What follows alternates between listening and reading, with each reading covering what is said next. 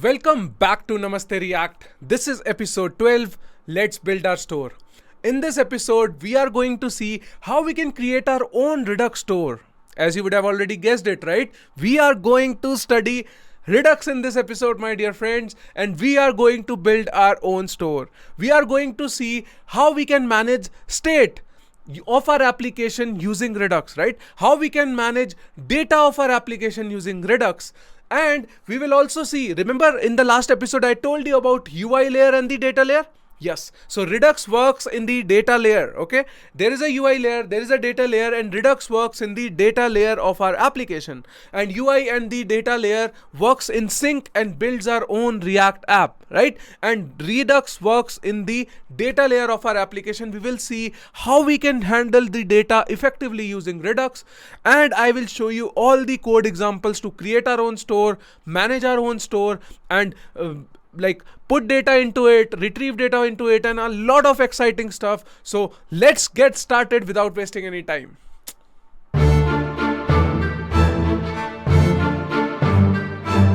Before I start teaching you, first of all, I wanted to share my experience of using Redux in my career.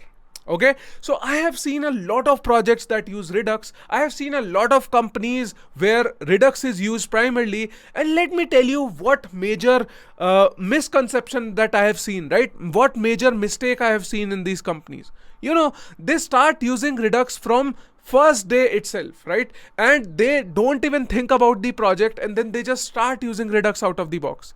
What I mean to say is, see, using Redux from day one is not a problem, but I'm saying that Redux is not mandatory. What I want to tell you is that Redux is not mandatory, my dear friends. I have seen a lot of companies, they just build projects and they just use Redux along with React. No matter what the state is, they don't think about whether do we actually need Redux or not. They just start using Redux from day one, right? Without even thinking whether we need Redux or not. So what I am trying to say is Redux is not mandatory in your application. Please understand that. It's been like it's today's 12th episode, right? We have been building a food ordering app, and we have built quite average, build big, right, large scale application, and we have not yet used Redux, right? So basically, and we were still doing things. So what I'm trying to say is that Redux is not a mandatory thing. First of all, first thing, right, you should remember it, note it down. Redux is not mandatory. You know, when you are building a small application or even a mid-sized application, you don't need Redux. But if you're building a large-scale application where the data is heavily used, where a lot of read and write operations are happening in your UI application, in your React application, there are a lot of components and a lot of data is being transferred between these components, right? The application has grown huge. Then using Redux makes sense. If you are building a small app, if you are building a very small app with few components, you don't need Redux. And let me tell you, all the applications which are built using Redux can be built without using Redux also. Okay, so what I am trying to say is Redux is not mandatory, and use it only when it is required. A lot of, I have seen in companies, there are developers, right? While I used to take interviews, right? They don't know the difference between React and Redux. They feel that Redux is a part of React. No, my dear friends.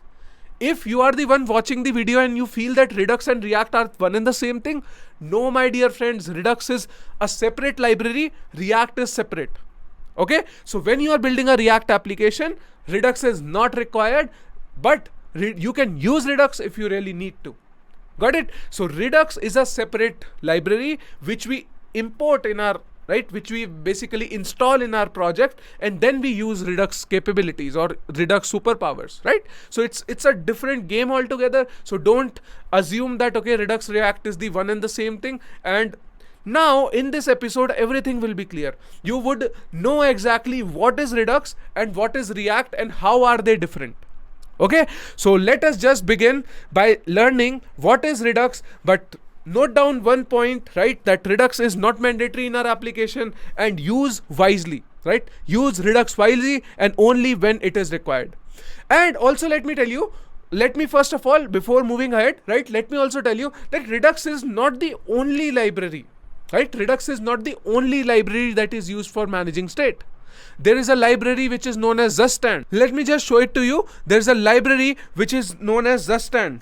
Zustand, right? So Zustand is another library which is used for state management, and it is gaining popularity a lot, right? It is becoming very popular these days, right? It's a quite lightweight library, and a lot of companies and a lot of developers are using this. Okay, so go check out this also, right? What I am trying to say is that don't depend heavily on Redux, right? You might use Redux, right? And why? First of all, also let me tell you some advantages that why do we use Redux. First of all, when you are building a large scale application, Redux offers you a great solution for it, right? Handling data, managing your store, right? You will get to know, right? When we move ahead in this episode, right? You will get to see a lot more advantages of Redux. But let me tell you that there are other libraries also which are doing the same thing. Okay, so there is one library, Zustand, which is gaining popularity a lot. In this course, in this Namaste React, I am not covering Zustand, okay? But I would like to, I would like you to go ahead and explore it, right? It's really nice.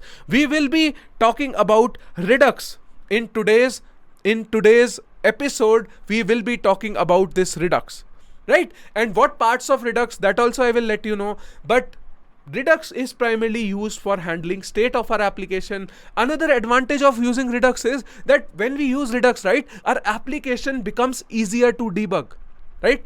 Applications become easier to debug.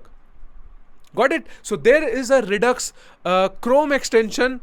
I will tell you about that also, right? A lot of cool, amazing things I will tell you in this episode, right? Remember in the last episode, I told you that just like we have React DevTools, right?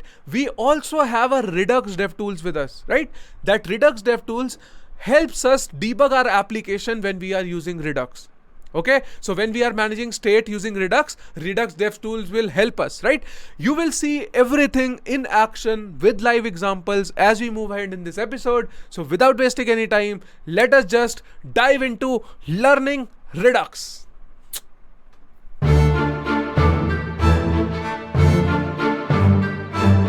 So now let us just go to Redux website and let me show you what actually Redux is, right? So basically in your Redux website, it says that a predictable state container for JS application.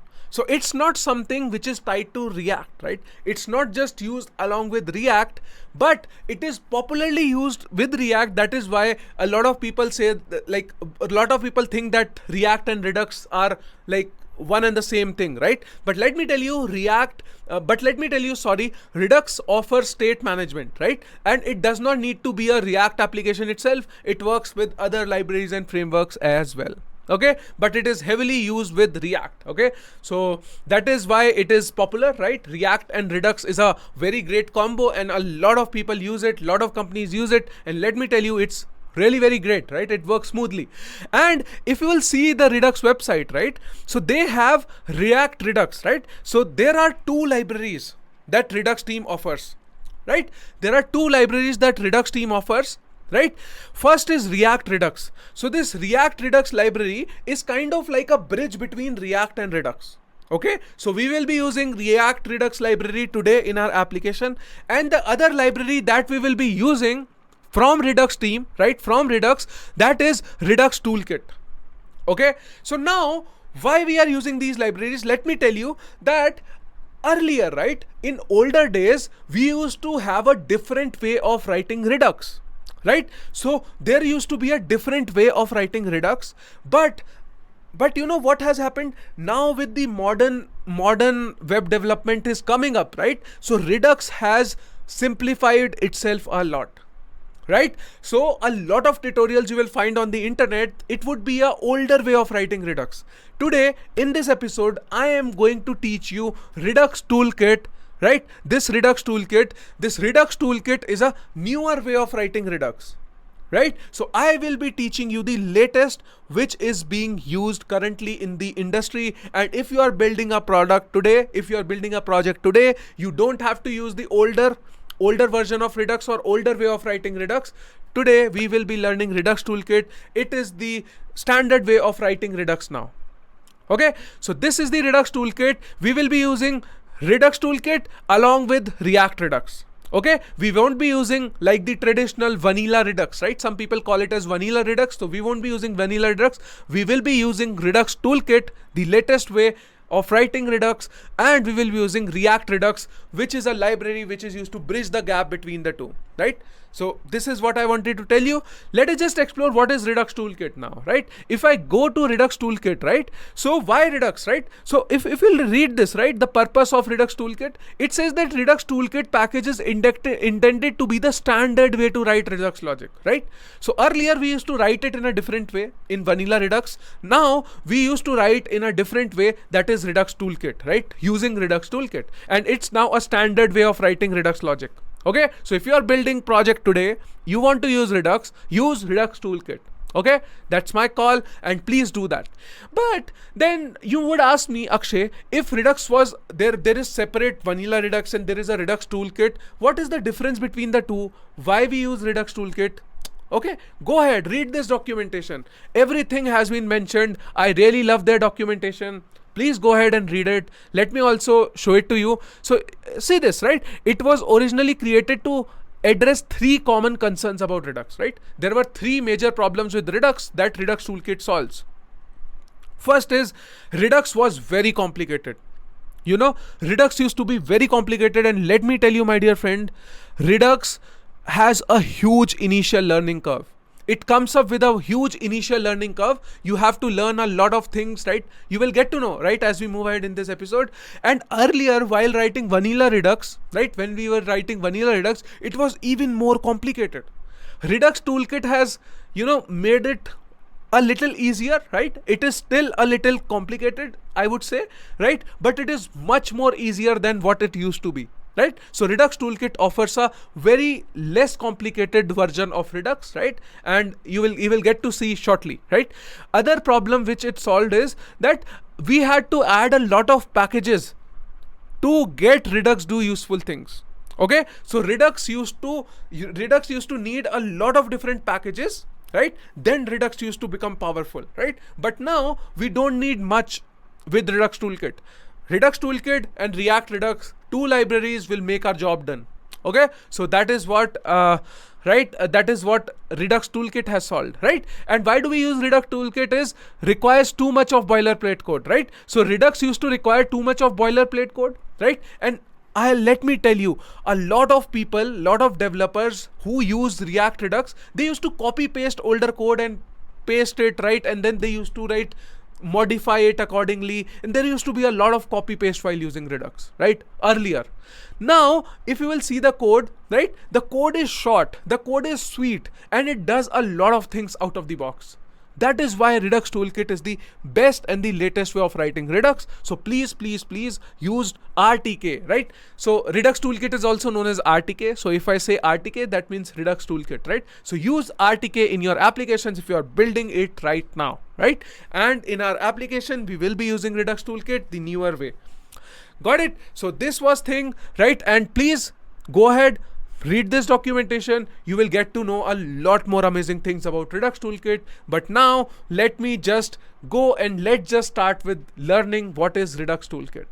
Okay, so first of all, what I will do is, first of all, I will explain you all the architecture of Redux Toolkit, how things work, right? How things work in the Redux Toolkit, right? How things work inside it, right? And I will tell you the architecture and the pieces and the components and a lot of jargons, and I will tell you a lot of theory. Once we understand this theory, right? Once we understand this theory, writing code is a very easy thing to do, right? Once you understand the theory, writing code is very easy, right? So get your notepad, get your notebook and pen, quickly go run, get your notebook and a pen, right? Because you have to take a lot of notes. I will be drawing and showing you a lot of diagrams today. So you have to build those, draw those diagrams along with me, and you have to learn while drawing those diagrams. So get your notebook, pen, right? And let's meet quickly after a short break.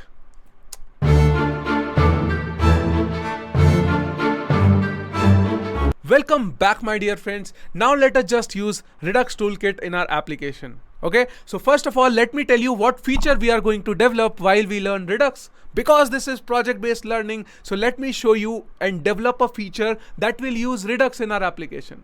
Okay, so let us build something known as cart, right? So you already know the cart flow, so let us build a cart flow. When I say cart flow, what does that mean? Let me just show it to you. So let's go to a restaurant. Come on, which one to go? Okay, let's go to Meghna Foods, right? So let's go to Meghna Foods, this restaurant. So what we are going to build now is, if I click on this add, right? So let us build a cart flow. So when I click on this add button, it should go, this item should go inside my cart, right? We have this cart over here, right? So it should go inside my cart. And let us also build a cart page, right? So let us build a cart page, right? You might have seen on the food ordering website, right? Let me just show it to you what we are going to build. So in swiggy.com, if I go to swiggy.com, right? So if I add something into the cart, okay, so let me just show it to you. So if I go over here, let's go to KFC maybe, right? If I go to KFC and if I add this into the cart, so see this, right? In the cart, it increased to 1. Isn't it? So if I add this to cart, so the cart becomes 2. So similarly, what we are going to do is, we will add these items to the cart, right? So it should show on the top also, right? What we will do, we will show something like cart -2 items, 3 items, 4 items, and something like that. And if I click on it, we will go to a cart page, right? Just like Swiggy has a cart page, right? If I click on this, we go to a cart page where we see what all items are there in my cart, and we can build this kind of feature, right? And to store all these cart information, right? To store all these cart information, we will be using our Redux store. Understood? This is the feature we are going to build, and let us just start building it.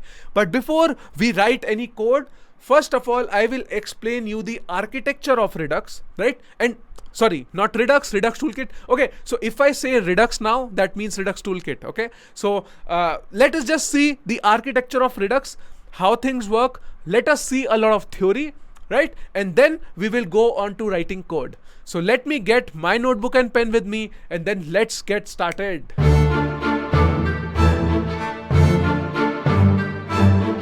So I am back with my notebook and pen with me. Hope you also have a notebook and pen with you. So let us just start seeing what is the Redux architecture all about. Okay, so we were building the cart feature. So we will be building something like add to cart, right? If you click on the menu item, it should add to the cart, right? So suppose we have our website like this. I will be going a little slow, so just pay attention, right? Please pay attention. This is very, very, very important. Okay, so please pay attention. So suppose this is our website, right? So here is our website. This is the header of our website. Here we have our logo, right? Suppose here we have our logo, and now here is our cart, right? So suppose this is our cart, right? Pardon my drawing. I'm trying to build a cart with some wheels in it. Okay, and then the cart can have multiple items, right? Whatever we can add items to the cart. Okay, so suppose this is the menu page, right? Suppose this is a page of Meghna Biryani, right? So let's call this as Meghna Biryani, right? Meghna Biryani. This is a restaurant, right? And there is a menu of Meghna Biryani. There are suppose 3 items, right? There are a lot of items, right?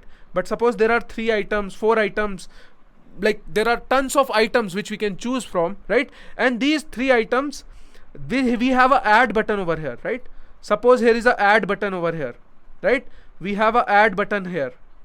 Got it? So what happens when we click on this add button, right? So this is our Meghna Biryani menu page, right? Or any restaurant menu page. Here are the items, right? Here are the items that I can add into the cart. What happens when I click on the add button? How will this add button item send the items to the cart, right? How will they go in the cart? This is what I am going to explain you using Redux store. Just please pay attention to all what I say, right? And in the cart, as in when we add, right? If I click on add over here, right? If I click on add for the first item, what should happen? Here 1 should come up, right? If I add another item, here 2 should come up. If I add another item, here 3 should come up.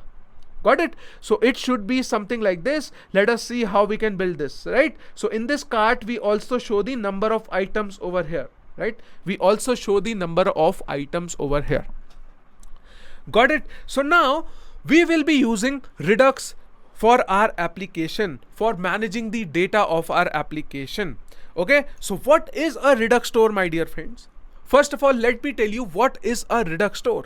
So Redux store is nothing but a big whole object.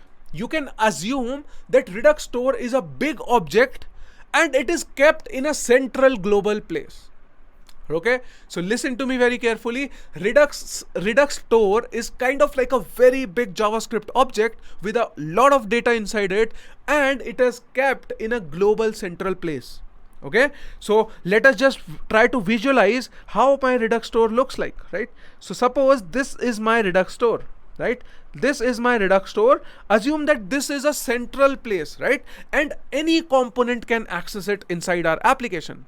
In a React application, any component can access this Redux store. It can write data, it can read data from that store, and it is like a very big object, right? Very big object, and it's kept in a central place. And we keep all the data of our application, not all the data, but most of the major data of our application into this Redux store. Got it? And you know, this is a Redux store. But I want to ask you a question. Is it a good practice to keep all the data inside a whole big object? Right? In the one big whole state object, is it good to keep all the data inside it? Yes. Let me tell you, my dear friends, it is absolutely fine. There is no problem with keeping a very big object with a lot of data inside it. It is completely, absolutely fine. But so that our Redux store does not becomes very big, very clumsy, we have something known as slices inside our Redux store, right? So think of it, right? So suppose this is our whole big Redux store, right? Which I have made from the red pen, right? So we have parts of our Redux store which is known as slices, right? So what I am drawing right now are the slices of our Redux store. So you can assume a slice to be a small portion of our Redux store. Okay, small portion of our Redux store, right? And we create multiple slices inside our Redux store. This is one slice. Okay, this is a slice inside our Redux store. Got it? So now I want to ask you that why do we need slices, and what are these slices actually? Right? So let us take an example of our application, right? This food ordering application. What can be different slices inside our Redux store, right? Let me tell you what can be slices. To keep data separate, right? We make logical partitions, and these logical partitions are slices. So assume that suppose if we want to add card data into our Redux store, we will create a separate slice for a card data. Suppose if we want to keep logged in user info inside our Redux store, so we will create a user slice kind of thing, right? It's a user slice. We can create a cart slice. What else data can we keep inside our Redux store? We can keep information about like something like themes, right? Dark theme, light theme, and maybe theme colors and different type of logos and all that stuff, right? Theme related, UI related. So we can create a display cart, or maybe a user cart, or a theme cart. So whatever you need to create, right? We will create logical separations, and we will make small slices inside our Redux store. Okay, so this is what is a slice. Keep taking down notes, right? This is a slice, right? What can be a slice? There can be a cart slice, right? There can be a user slice. There can be different type of slices, right? There can be theme slice, there can be more, right? Whatever you want to do, right? There can be a slice for it. Got it? But so we will create a cart slice, right? And this cart slice will now hold all the data of the cart, right? Initially this cart can be empty, right? It can be an empty array. But later on, as we put data inside it, it can just modify the cart slice, right? Data inside the cart slice. Got it? So this is the Redux slice. Now, when I click on this add button, right? When I click on this add button, how does the data go inside this cart slice? How will the data go? It's not simple, right? We can't directly add data to the cart slice. Redux says that you cannot directly modify your cart slice. You cannot directly modify your cart slice. Okay, there is a way we can do that. What is that way? Let me just explain it to you. So suppose if I click on this add button, I will have to dispatch an action. Okay, listen to me carefully. There will be a lot of jargons which will be coming up. Keep taking down notes. It's really very important. So when you click on this add button, right? When you click on this add button, it dispatches an action, right? It dispatches an action. Let me write it down. It dispatch action, right? Dispatches an action, right? Dispatches an action. What happens after dispatching an action? Right? It calls a function, right? It calls a function, right? It calls a function. I am trying to make a function over here, or let me just make a beautiful thing, right? This is an action. Let's call this as action. And here I have a function fn, right? So now, first of all, when you click on this add button over here, it dispatches an action, right? Note the word dispatch, note the word action, right? And then it calls this function, and this function modifies the cart. Got it? Let me repeat it once again. When you click on this add button, it will dispatch an action, right? And then this action will then call a function, and this function will actually modify the cart. We can't directly actually modify this cart. Redux says that whenever you have to modify your cart, right? I am repeating it once again, right? Please keep taking down notes. Please keep drawing along with me. Okay, when you click on this add button, listen to me very carefully. When you click on if you understand this thing, right? What am I teaching right now? Writing code is very easy, very, very easy. Trust me, right? So when you click on this add button, it dispatches an action that calls a function, and this function internally modifies the cart. This function internally modifies the cart. Let me just show it to you like this, right? Let me just make it a little zoom, right? Let me make it a little zoom. Okay, so let me make it a little zoom over here, right? So when you click on this add button, it dispatches an action, right? And it dispatches an action. This action calls a function, and this function modifies the cart. Got it? Now, what is this function actually? Right? What is this function? This function is basically known as a reducer. Okay? What is this function known as? It is known as a reducer. Got it? So we have learned some jargons. First is dispatch and action. There is a reducer function. Got it? So now if I have to say it again, I will say when you click on this add button, it dispatches an action, calls a reducer function, and this reducer function modifies our cart. Right? So basically, if I have to repeat it once again, listen to this very carefully, right? Understand this. If you understand this, it will become very easy for you. I am repeating it once again. Note down this line, proper line, right? I am repeating this line. Please note down this line. When you hit the add button, when you press the add button, it dispatches an action which calls the reducer function, which updates the slice of our Redux store.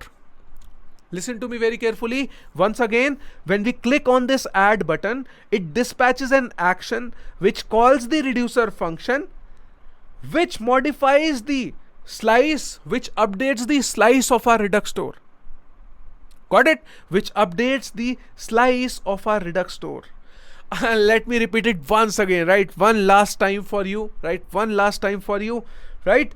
When we click on this add button, it dispatches an action which calls a reducer function, which updates the slice of our Redux store. Easy, right? If you will see it, it's very, very easy. Dispatch an action, reducer function modifies the slice of our Redux store, right? There are a lot of jargons, I know. Dispatch, action, reducer, and then slice, and then store, and all that stuff. But it's very easy. Make this diagram with you. It's very easy. If you understand this, life will become very easy for you, right? Using Redux will become very easy for you, right? Now, this is kind of like, and then our slice will be updated, right? And then our slice will be updated. The data will be updated, right? This item will be added to our slice. right? We can't directly add it. We have to go through this path. We have to go through this path when we are using Redux. Why we do all this, right? Now a question would be coming to your head. Why are we making things complicated? It is not complicated. It makes our life easier, right? I'll tell you the answer to this later on, right? When we will write code. Okay. So don't worry about it. But for now, just learn that when we click on this add button, it dispatches an action which calls the reducer function that modifies the slice of our Redux store. Very easy. And we have written the data inside it. Now our cart slice, right? The cart will have this Redux store cart portion will have that cart slice will have some data inside it. Got it? So this was how to write data. Suppose I want to read data, right? Suppose now I have added this cart item. Now I want to get this data over here, right? This item over here, the number over here should change, right? Suppose if we had 3 items before and I added one more item, so it should change to 4, right? How can I read data? Right? So what we have seen how to write data using this action dispatch function reducer. Now we will see how to read data. Sorry, we have seen how to write data. Now we will see how to read data from this cart and get over here, right? How can we get data from this cart over here? How can we get data from this cart over here? I will see. For that we use, right? For that we use something known as a selector. Okay, so listen to very carefully. We use something known as a selector. Okay, so note it down. Selector. Okay, so what will happen is we will use a selector to read the data from our store, and this selector will modify our React component. Right? So this is how you read data. Let me repeat it once again. So you will, suppose if you want to read this data over here from the cart slice over here, right? In this component, in this header component, how will you do? You will use a selector, and this selector will basically give you data over here. Selector will give you data over here, right? And there is one more jargon, right? The last one, trust me, it's the last one. That is known as, when we use selector, right? So this phenomena is known as subscribing to the store. Subscribing to the store. Subscribing to the store. Note it down, right? So basically, now let me revise the read now, right? Let me revise the read now once again, right? So we say that header component is subscribed to our store, right? Subscribe to our store. And when I say subscribe the store, basically it is in sync with the store, right? If the data inside my store changes, my header component will update automatically, right? React, this Redux will automatically update the data inside header as soon as my store changes. That is why we call this as subscribing to the store. So basically, our header component over here has subscribed to the store, right? And how do you subscribe? Using a selector. Using a selector. Note down this keyword selector. Okay, so this is all is Redux, my dear friend. If you understand this in theory, writing code is very, very easy, my dear friends. Very, very, very, very, very easy. I'm telling you, it will be very easy. Okay, so let me just repeat everything once again, whole read, write, everything once again. Okay, so when you click on this add button, it dispatches an action which calls the reducer function, which modifies the slice of the store. And this slice of the store, and you know, this header component is subscribed to this store, right? Header component subscribed to this store using a selector, right? So this is how the whole flow works. This is how the whole cycle works, right? So when I click on this add button, right, see what we will see on the screen, right? Our screen will be this only, right? We will only be able to see this. We won't see all this, right? We won't see Redux store. We will just see this. So what will happen is we will click on this add button and this will update, right? The data over there will be updated to 4. How? So basically behind the scenes, what is happening? This is what I'm trying to say. When you click on this add button, here the data will update, but how that data will get update? So when you click on this add button, we will dispatch an action that will call the reducer function. That reducer function will update the slice, right? And because this component is subscribed to this store, right, using a selector, it will automatically update. So when you click on this add button and the data on the top will change, all this is happening behind the scenes, and you have to understand this properly.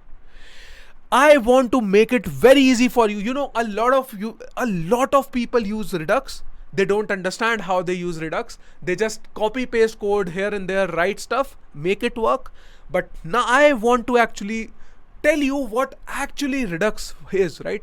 How do we write and read from Redux? What happens behind the scenes? Okay, so you don't just have to copy paste. I want you to know what is happening behind the scenes.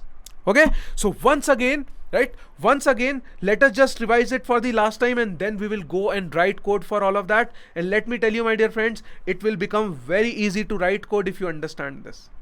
Okay, so if you understand this, it will become very easy to write code. Now again, right, so let me tell you, let me write it once again, right? So first of all, if you click on the add button, right, if you click on this add button, right, if you click on this add button, right, if you click on this add button, what happens? If you click on this add button, it will dispatch an action. What will happen? It will dispatch action. I am writing it once again. It will dispatch an action. What will happen after that? It will call a reducer function. Right? I want to go slow. You must be thinking that Akshay, why are you repeating again and again? Because it is important, my dear friends. When we click on this add button, it dispatches an action, right, which calls this function. What is this function? This is a reducer function, which calls a reducer function, which updates the, this is a Redux store, right? This is which updates the slice of our store. Right? So basically slice of our stores. Let me write it down like this. Slice of our Redux store. Right? This is our store. Right? This reducer function will update the slice of our Redux store. And our component, right? Our cart component. Where is our cart component? Right? Here is our cart. Right? This cart component or this header component, right, over here, this header component is subscribed, right, is subscribed to the store using a selector. Is subscribed to the store using a selector. So as you so let me repeat it once again. This, if you click on this add button, it dispatches an action which calls a reducer function which updates the slice of the store, and because this component is subscribed to the store using a selector, it will automatically got updated, right? This will be updated, right? This when you click on this add button, this cart will be updated, right? And everything, all this will happen behind the scenes. Got it? So hope you have understood the theory. Remember this line and remember this diagram in your head. Things will become very, very easy. Now we will take reference of this diagram whenever we are coding, and you will see that it is very easy to write code if we understand this diagram. Okay, so that's all the theory part, my dear friends. Take a screenshot of this if you want to, right? Take a screenshot of this on the screen, right? And then let us just dive into the code, right? And let us take a quick break. I know it can be a little overwhelming. Let us take a short break, and then we will come back and we will now write code for all this. You will see everything happening inside action. This is all is Redux, right? If you'll understand this, Redux is very easy for you, right? So if you understand this, Redux is very easy for you. All this is Redux. And please take a screenshot and let's meet after a break. Till then, please revise this, please note down this diagram in your notebooks. Let's take a break. I'll see you very soon.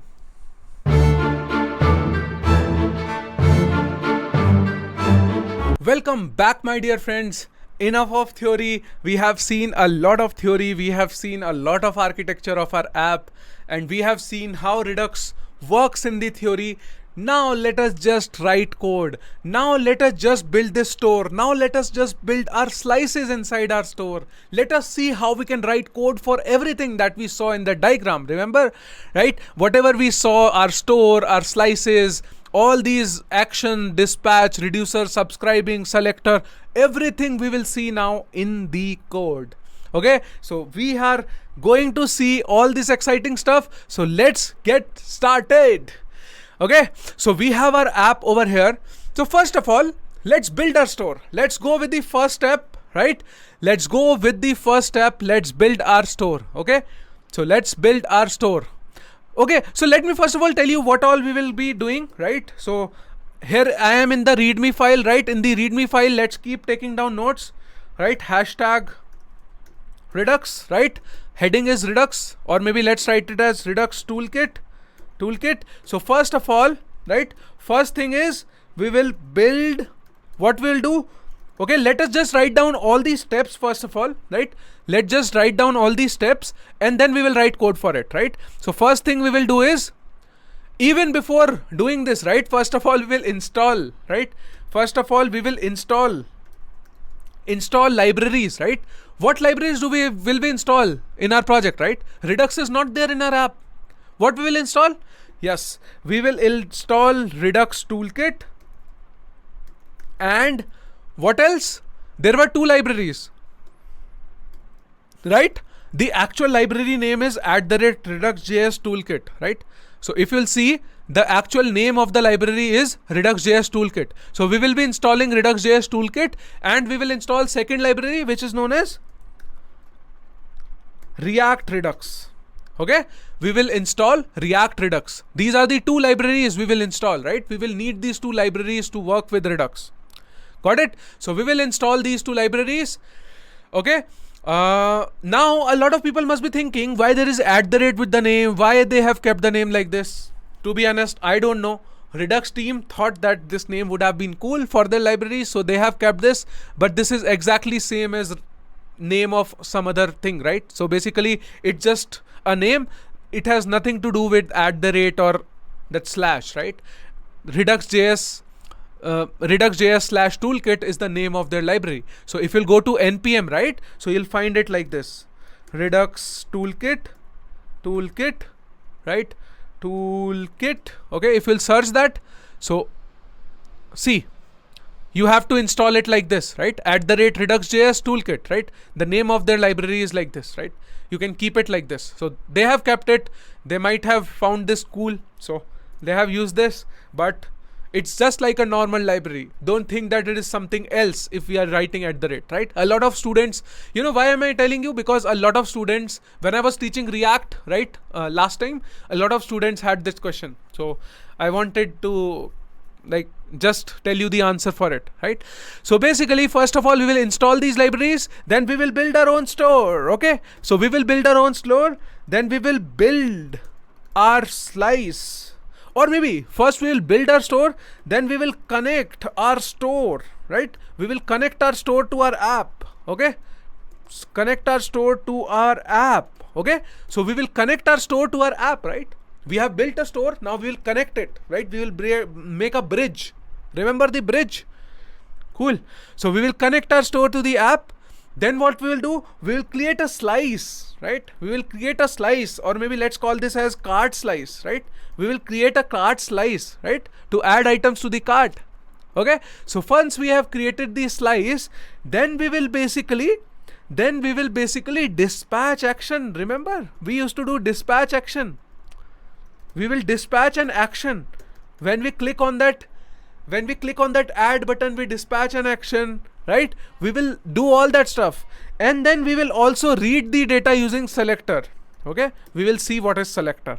Okay, we will see all of this one by one. So let's get to the first one, which is installing the two libraries. Okay, so I will do npm install and I will write @reduxjs/toolkit. Okay, so this will install Redux Toolkit RTK in our application, and it will modify our package.json. It will add this Redux.js toolkit to our application, the latest version of it.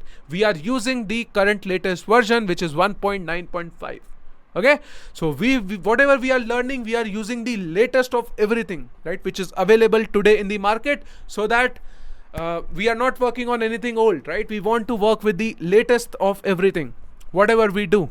Right, let's install the second package, which is React Redux, right, React Redux. These two packages are super important. Meanwhile it is installing. Oh, it installed already, but let me tell you a thing. Earlier, when we used to have Redux, so we used to use a lot of different packages to make Redux super powerful. Right, now we just need these two libraries, that's all. Two libraries and job will be done. So we also have a React Redux with us, 8.1.1. Got it? So we have these two libraries installed with us. Now let's just start building our own store. Okay, so how do we build our own store? Right, let me just show it to you. So we will build our own store inside our utils. Okay, so we have our components, we have our utils. So I am just creating a new file, and let's call that as maybe store, right? Let's call that as, or maybe let's call that as app store, right?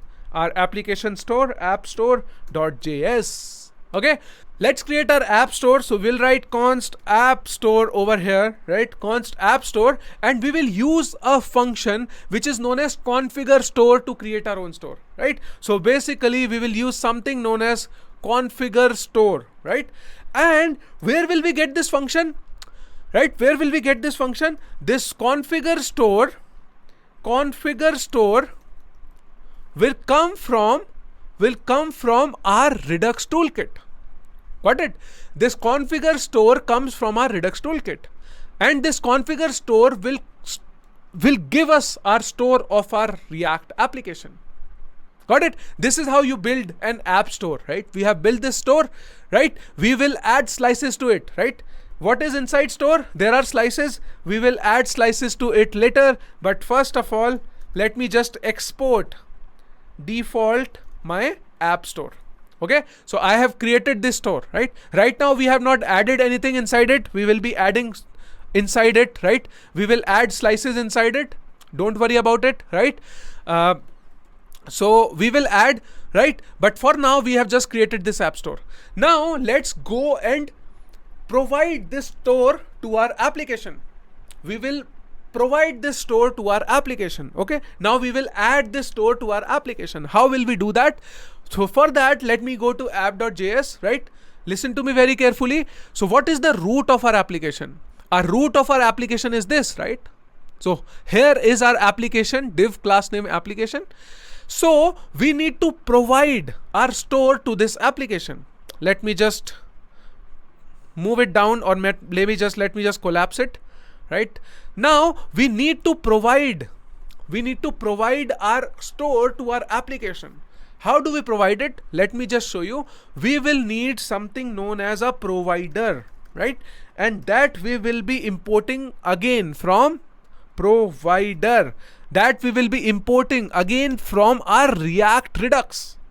Now see very carefully. This configure store, there is a difference between two libraries. This Redux.js toolkit or RTK library has things to do with Redux, right? So creating a store is a Redux thing, right? That is why this configure store comes from Redux toolkit.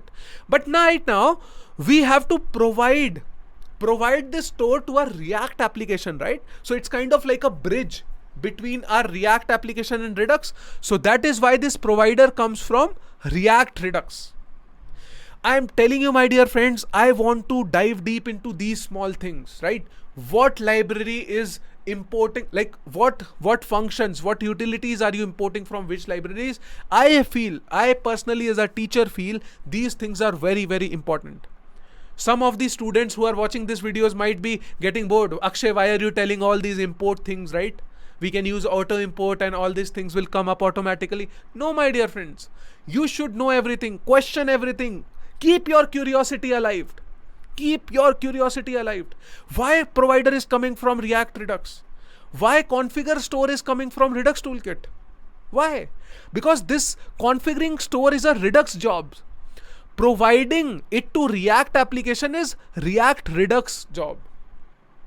Got it? We are providing inside a React application. That is why this provider is coming from React Redux. Got it? So this is how we do that. We will import this provider. Now, how do we provide to our app? So basically, we will wrap whole our application in that provider. Just like we use this user context.provider, similarly, we will use the provider which we have imported from our Redux, right? So I will write provider, right? I will write a provider over here, and this provider, and we will provide the store, right? We will pass the store as props over here, right? So we will pass the store as props over here, right? So this is our provider and this is the store, right? Remember, this key is very important. You know, right? This provider has been exported from that React Redux library, right? Somebody, React Redux library, who would have written this React Redux library, they would have exported this provider, and it takes store as a prop, right? And what store it will take? It will take app store over here, right? App store, right? It will take app store over here, and this app store will be imported from our util/app store. Right? This store we have provided to our application now, right? We have provided this store over here. So basically we have wrapped our whole app inside this store.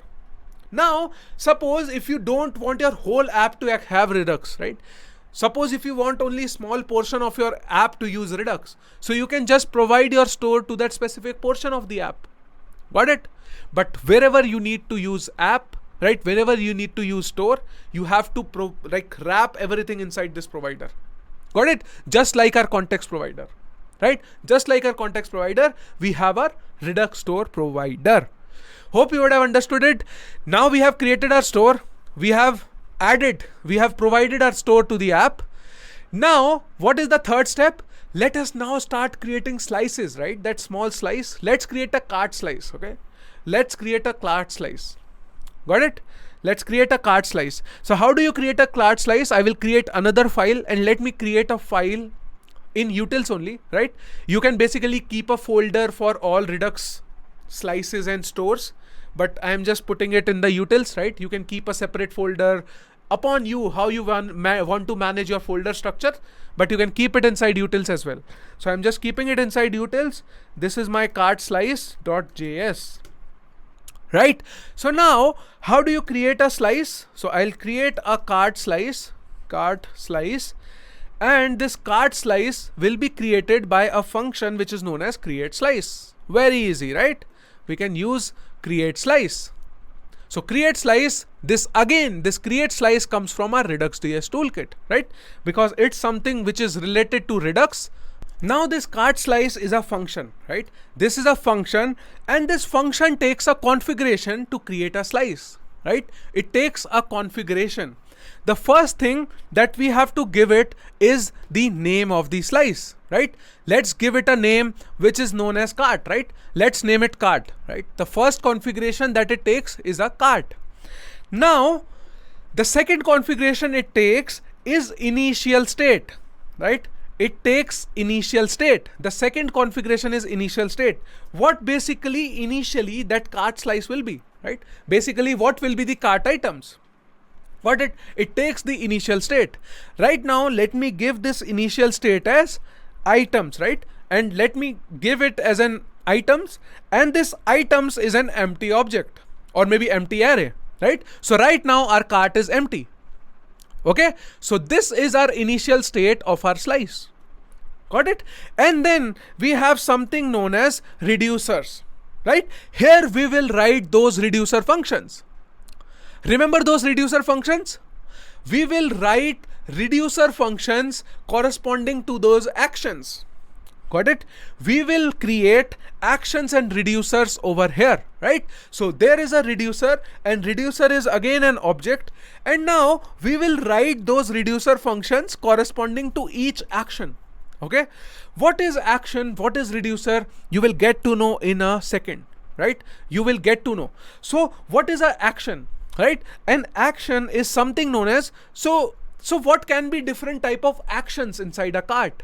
You can add an item, you can remove an item, you can clear the cart, right? So these things are actions, right? Actions are basically what you'll say, it's kind of like small APIs, right? You can think of it as APIs to communicate with Redux Store, right? You can think of it as APIs to communicate with Redux Store, right? So if you want to add an item, so I will dispatch the add items, right? So let me create it, right? You will understand it properly.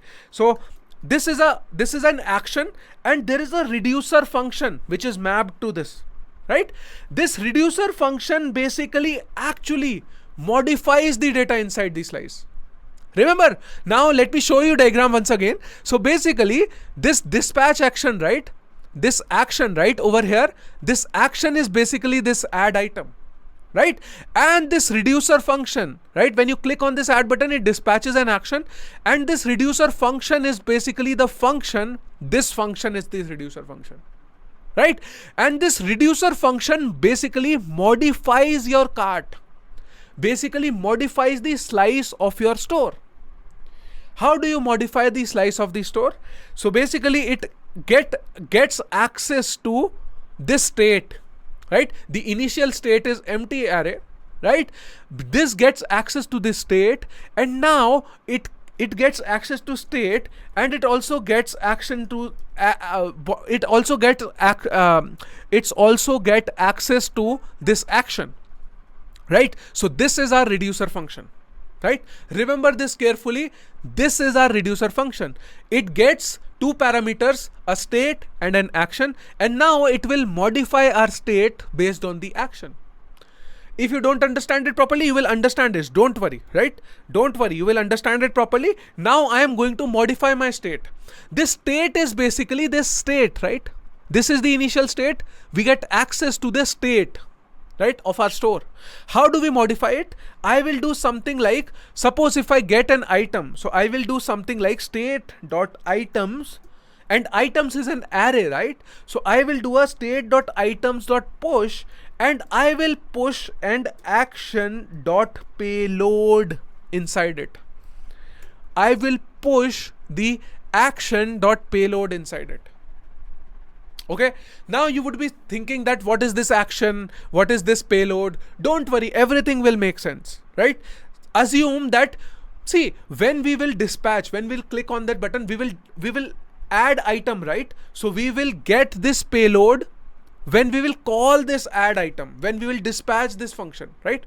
Don't worry, everything will make sense. Let's just write reducers first. First reducer is this. Let's write another reducer, and let's call this as remove item, right?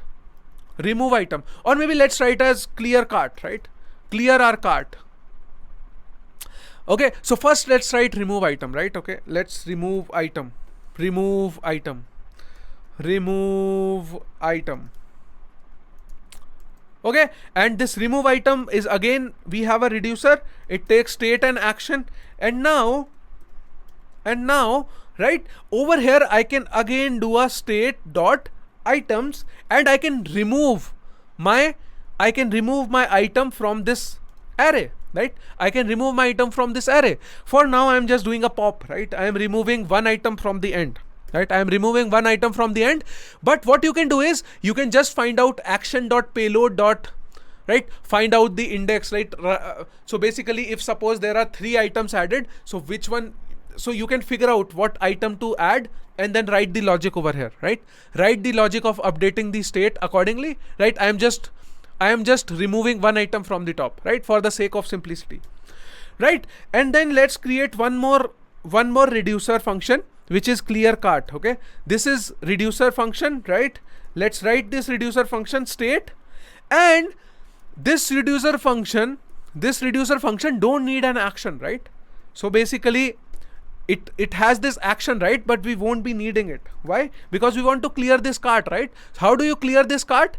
I will do a state dot items, and I will do a, so basically I have to make an empty. I have to make an empty array, right? I have to make an empty array. So I can do something like state dot length dot 0, right? This will make my items as empty again, right? Suppose if there are 10 items in the cart, it will make it 0, right? So over here I don't need action, so I can just avoid it, right? I can just avoid writing action over here. Okay, over here also I don't need action, right? I just avoid it. If you need action, then you can just add action, right, over here, right? Now everything will make sense, right, when we call this. For now, just understand this is the cart slice, right? If you are getting confused, don't worry.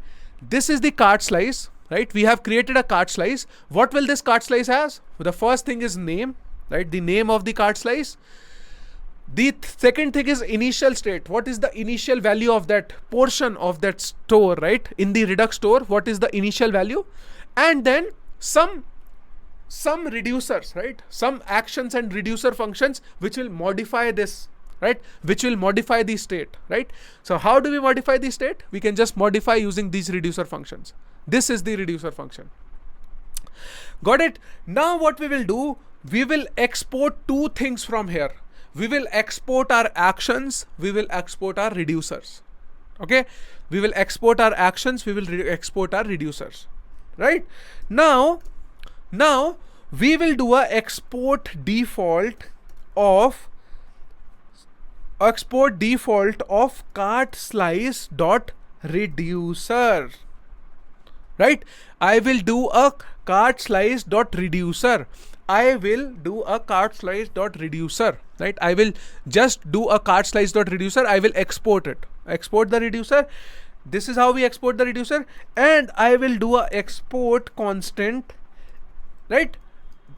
And I will export my cart slice dot actions. Right? I also want to export my cart slice dot actions. Right? I want to export my cart slice dot actions, but what I want to export, see when I'll tell you why I am writing in this syntax. Redux toolkit gives us this syntax, right? This is not a syntax which I have created. You must be thinking, why are you doing all this, Akshay? Redux toolkit gives us that this is how you have to use it, right? So don't worry, it's very easy, by the way, right? Just it might be feeling very tough at the beginning, but it is very easy. You have to just write it once, you will understand it. So what I am doing is I am just exporting by default my reducer, and now I am doing a export constant. I want to export my actions, and I want to take out these actions first of all, right? What are the actions I want to export? I want to export add item, I want to export remove item, and I want to export clear cart. Right? So basically this is how you export the actions. This is the slice, these are the actions, and this is the reducer. We have exported our actions, we have exported our reducer. Got it? Now a lot of people will be confused, Akshay, what is this? We don't understand this. Let me tell you what happened behind the scenes. Okay, let's dive deep, right? So what will happen is when you will do a create slice, right? This create slice functions will return an object in this cart slice, right? And this cart slice object will look something like this. It will have actions, right? It will have actions, and this actions will have this add items and all that stuff, right? Add item, right? Add item. Okay, and there will be reducer. Right? So cart slice will be kind of like a big object which has actions and reducers, right? So we are doing a export default cart slice dot reducer, right? We are reducing this, we are just giving this reducer, and we are doing cart slice dot actions, and we are taking out these actions individually, right? These actions we are taking out individually and exporting it. Got it? It is very simple. Just play with it, you will understand it, right? So basically, okay, a lot of people might be finding confusing, right? Shall I write it once again? Let me just write it once again. Okay, let me just write it once again and explain everything once again. Okay, it will be very easy for you, right? This time you will be able to understand it, right? I am not afraid of teaching to you again and again, right? I am not afraid to teach you again and again. This is my job and I love to teach. I love to make complex things easy. It is complex for a lot of people, right? A lot of people don't even know what they are writing. They just copy paste. I want you all to be able to write it yourself. Don't just copy paste or memorize it. Just write it yourself. It's very easy. How do we create a cart slice, right? First of all, I will do a create slice, right? This create slice will take a config. This config will have a name, let's call it cart, and it will take an initial state. This initial state will be what? Right? Initial state is an object. This object has a items, right? These items are basically cart items. Initially, I'm giving it as empty array, right? And then we will have reducers, right? We will have reducers. Reducers is basically an object, right? This object has different type of actions that we can take, right? What type of actions we can take? We can add item, we can do a remove item, right? We can do a remove item, we can clear cart, right? We can do all that, right? We can perform all these actions, and for each corresponding this, we will have this reducer functions, right? Basically, this is a reducer function, right? This is basically a reducer function with the name add item, but this will map to an action, right? So we have this add item, right? Here is a reducer function. How do we modify a state of this, right? We will modify the state based on our action, right? So we will do a state dot items dot push action dot payload. Okay, so whatever we will pass in to this function, so we will pass some data into this function, right? We will pass the data into this reducer function. You will see it very soon, right? And we will just add this item over here. Got it? Similarly, how we will remove an item, right? You can write all complex logic over here, my dear friends, but I want to keep it simple. That is why I am just doing a state.items.pop, right? State.items. Yeah, you can do splice and all that stuff, but I want to do pop, right? I will just remove it from the end, right? And how to do a clear cart, right? How to do a clear cart? I will basically do a state.items.length is equal to 0. I will just make my item 0, right? I will make this items empty again. I will do a length of 0. You know, length of 0 will make your state as empty array. Okay, cool. Now you must be thinking, Akshay, why you did not do this, right? A lot of people must be thinking why you did not do this. There is a reason. This will not work. There is a reason this will not work. Okay, I'll tell you, right? I'll tell you. Got it? So I'll tell you later on, but for now keep that thought awake, right? Please hold on to that thought. Now I have created this slice. Now I want to export, right? First of all, I will export default my create slice.reducer, right? Easy. I will just and then I will also export my actions, right? What actions will I export, right? And where will I export my actions from? I will export my actions from my cart slice dot actions, right? Cart slice dot actions. Got it? I will export it from here, and I have written create slice, right? It should be cart slice. My bad, right? Cart slice dot reducer, and we have cart slice dot actions. And what all actions do we want to export? I want to export my add item, I want to export my remove item, and I want to export all of them basically, right? I have exported. This is how we create a slice. Is it very tough? It's very easy. Just write it down yourself. You will understand it yourself, right? It's very easy. Now, when we have built this slice, I want to add this slice to my store, isn't it? My store is empty right now. I want to add this slice to my store. How do you add it? So basically you add it like this. You create a reducer, right? This is basically a main reducer. See, now let me just tell you why this is a reducer. So if you want to modify a store, right? If you modify a big store, it also has a reducer for itself. And that reducer combines reducers of their slices, right? So this basically reducer is responsible to modify the app store, right? And this reducer is basically a combination of different small stores, right? For each slice, we will have a different reducer, right? So that is why we will basically import our reducer, right? We will import, we exported reducer from here, right? We will import this reducer in our app store, right? We will import our cart reducer from my cart reducer from my dot slash cart slice, right? I will import this reducer, and now what I will do, I will do a cart and then I will do a cart reducer. So basically this reducer is basically our app's big reducer, and it consists of small reducer from different slices. Each slice will have its own reducer, right? Each slice will have its own reducer. So this is a big reducer for our whole app. Suppose if we had multiple slices, suppose if we had a user slice also, so we would have added our user reducer also over here. User reducer also over here. Got it? So let me repeat it once again. So we have this reducer, this whole big reducer is our app reducer, right? And then this reducer contains small reducers of each slice, right? For each slice there is a reducer, and we will just add all these reducers inside it, right? And that's all we have to do. In our store, we have configured our slice now. That's all we have to do, my dear friends. We have plugged in all these things. We have plugged in all these things. We have created a, let me just revise it once again till here, right? So initially I created a store, right? I used configure store. I added a reducer, right? This reducer and this reducer. This is a big reducer.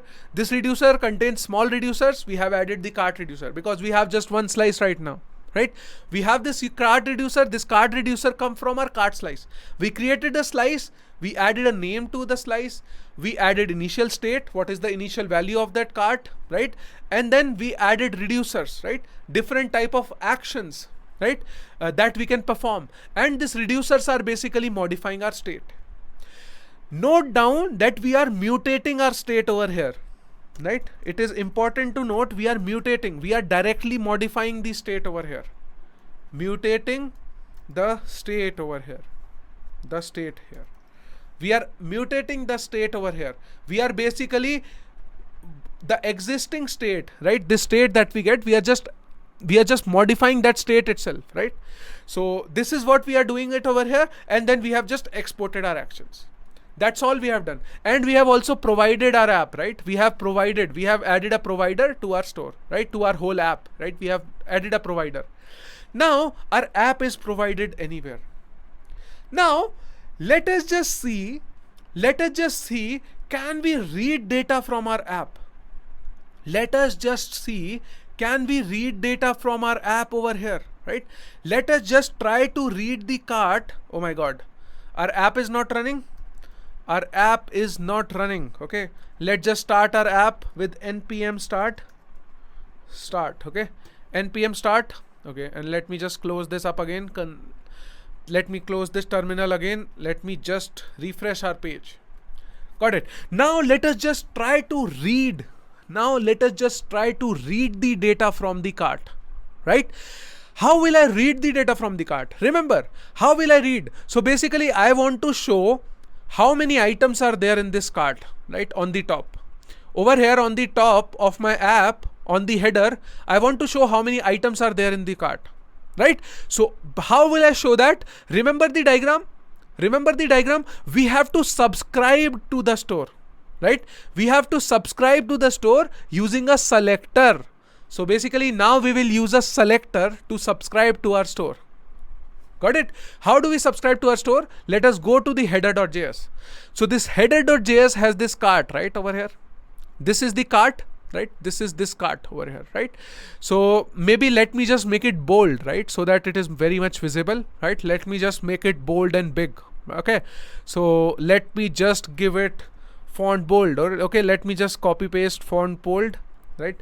Let me just make it bold, and let me also increase the text, right? Let me give it text Excel. I'm just doing this to show you, right? And over here in front of this cart, I want to show how many items are there in my cart, right? Suppose if there are 0 items initially, I want to show something like this. See this. So here is our cart and we have 0 items. So instead of this cart, you can add that cart logo or icon, whatever you wish to, right? Over here, I am just writing cart over here. You can add that fancy cart logo. Okay. So icon, whatever, right? So add that icon over here, right? So right now we have this 0 items. Right now I want to show basically how many items are there in the cart real time, right? So suppose if my cart, let's make this initial state. Let's add some items into the cart, right? What can we add to our cart? Let's add a burger. Okay, let's add a burger to our cart. Let's add a pizza to our cart, right? Let's add pizza to our cart. Okay, let's add burger and pizza to our cart, right? I'm just adding some dummy values. Now, when I will read over here, it should show me two items. Got it? So it should show me two items. So how do I read it? So basically, we will use a selector. And what is a selector? A selector is nothing but a hook inside React. Right? We will use a selector, and selector is a hook inside React. How do you use a hook? And what is hook at the end of the day? What is hook at the end of the day? A hook is a normal JavaScript function, isn't it? So we will have a selector, and that is known as use selector, right? Use selector hook, right? And this use selector hook comes from React Redux library, right? This use selector hook is coming from my React Redux library. So how do we use selector hook? So basically, this hook will gives us access to the store, right? Give us access to the store. Now we are basically, what we are doing is we are subscribing to the store using a selector. Got it? We are subscribing to the store using our selector.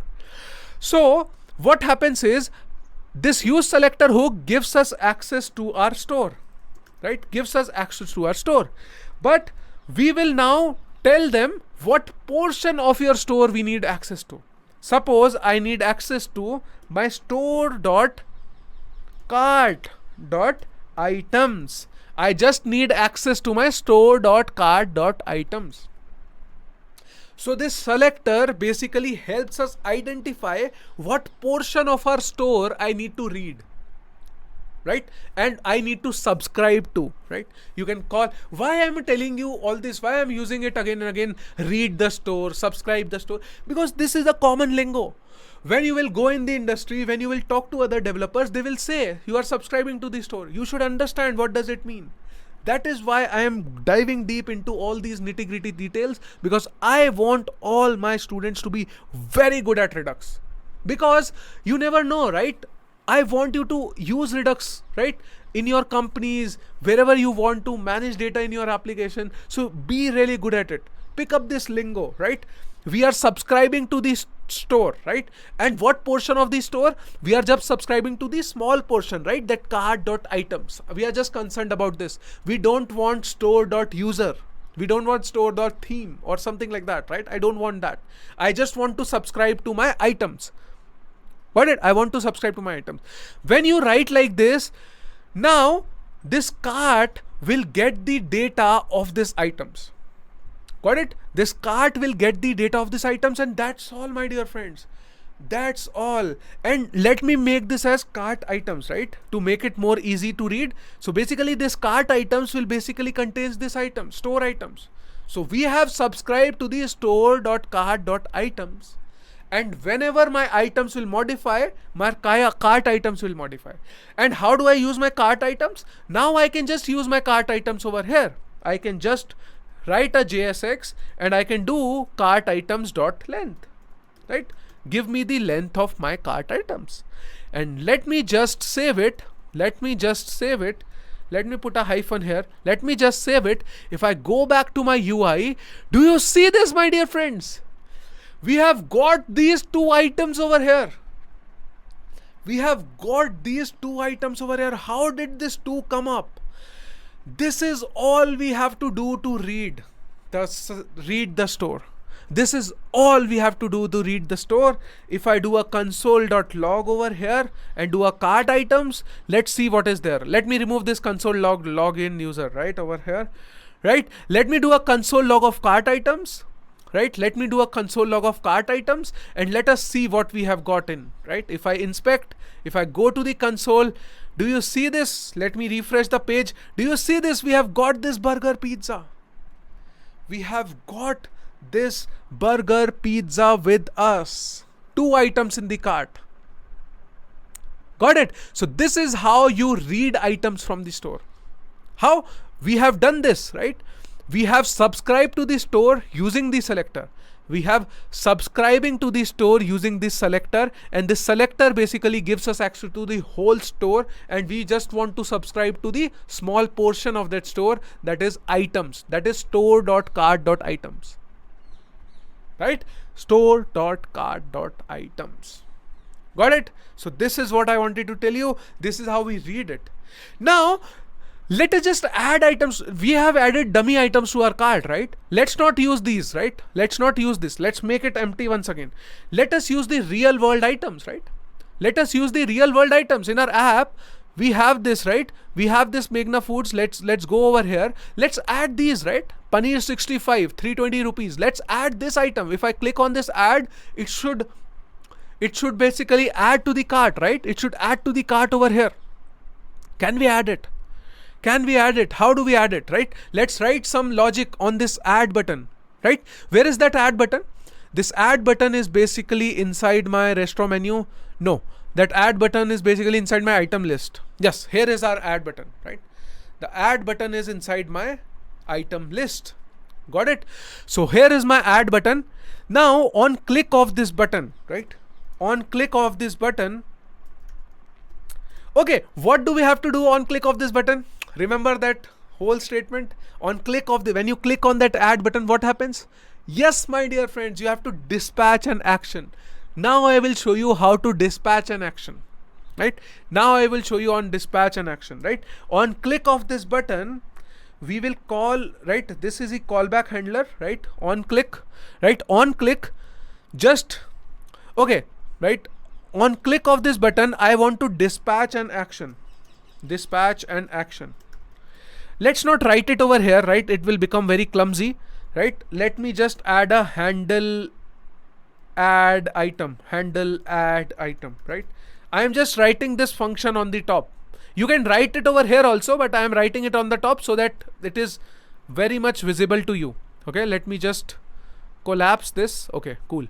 So handle item, handle add item is on click, right? I am writing it clearly, right? So that it's visible. You can add a function directly over here also, right? But I want to show it over here, right? So constant, it's one and the same thing. Okay. So handle add item. So now I want to handle the add item from here. Got it? So basically handle add item. Now, as soon as somebody clicks on this add button, I want to add item, right? Add item. I want to dispatch an action, right? So I want to dispatch an action, right? I will dispatch an action. Now, see clearly how I dispatch an action. Now, see clearly how do I dispatch an action. First of all, I need access to something known as dispatch, right? Something known as dispatch. This dispatch is a function that we get from a hook that is known as use dispatch, right? And this use dispatch hook is again given to us by React Redux. Just like we have use selector for reading, for dispatching we have use dispatch, right? So we have this use dispatch hook, we get access to the dispatch, and this dispatch is a function, right? And I want to dispatch an action now, right? I want to dispatch an action now. And what is that action? I want to dispatch an action. Remember, we exported some actions from here, right? Remember, we exported some actions from our slice. This add item, remove item, clear item. So I want to dispatch this action basically. Right? So what I'll do is I will dispatch, first of all, I will import that action, right? I will import that add item action, right? From my cart slice, right? I have imported add item, and now I will dispatch this action, right? I will dispatch this action, and now whatever I will pass inside this, whatever I will pass inside this will go inside my cart. Right? Whatever, suppose if I add my pizza over here, right? If I add my pizza over here, that is my action.payload. Do you understand? Everything is making sense now. You can connect the dots. Whatever I will pass in over here in this action, this will go to my reducer function, right? This will go to my reducer function action, and that too inside a payload, right? When you will write, right? So this action dot payload. Got it? So over here, this action dot payload will be pizza. Got it? So, but remember one thing, right? You must be thinking this state is the first argument, this is the second argument. Internally, Redux is managing everything. I am telling you, Redux, to be very honest, as a teacher, right, I feel Redux is a very bad library to teach. Because, it has a lot of initial learning curve. And let me tell you, this is still easy. Vanilla Redux is very, very, like, it's even more messy. I'm telling you, it's even more complicated than this. But this is the simplest I can break down. I'm telling you. So Redux has done what, right? Whenever you dispatch this action, right?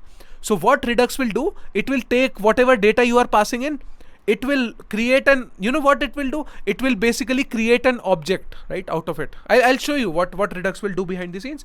Whenever you will call this, right? Whenever you will dispatch this action, Redux will create a object, and it will create a payload inside this object, and it will add whatever data you have added to this object, and it will take this object, right? It will take this object when you will dispatch this action, right? It will take this object and pass it as the second argument over here, right? It will add this object, right? It will pass the second argument over here. So when you will do action.payload, you will get this pizza here. React has abstracted everything. Behind the scenes, Redux has abstracted everything. Behind the scenes, Redux is using something like this. Okay, this object could be even more complicated, but it is working something like this behind the scenes. Got it? So if you will write action.payload, and you might be thinking that I have not sent payload over here, don't worry. Whatever you sent over here, it will go inside this action.payload. Okay, so you kind of have to remember that there is an action.payload, and whatever you will pass in from here will go inside over here. Right? Let me just save it, right? And let me just click this. Let me just click this add button, and let us see whether pizza got added to our cart or not. Right? If I go back, if I refresh my page, let me go and click on any add item, right? If I click on this add item, if I click on this, see this, we have seen this one items, right? And pizza got added to the cart. If I click on it once again, see this, 2 pizzas were added. If I click on it once again, see this, 3 pizzas, and it is automatically getting updated. Do you see this selector? We have in the header, right? In the header, we have used selector. We are subscribed to the store. Whenever my store is getting modified, it is changing. It is changing this, right? Whenever my store is getting modified, it is changing things inside header, right? We have subscribed to the store right over here. So whenever I am clicking on that add button, it is modifying the store and it is changing it, right? This whole thing is working behind the scenes. Do you see this? Whenever I am clicking on this add button, a action is dispatched which calls a reducer function, which updates the slice of the store. And because my header is subscribed to the store using a selector, everything is working seamlessly fine. Oh my God, my dear friends. Isn't it amazing? We click on this add button and there is a count increase over here. But behind the scenes, Redux is doing a lot of things for us.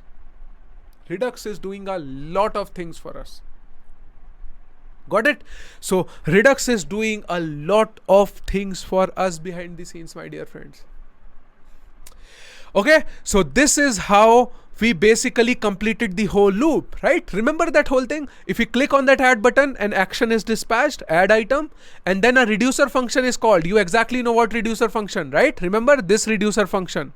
Now you can map all the theory with practical, right?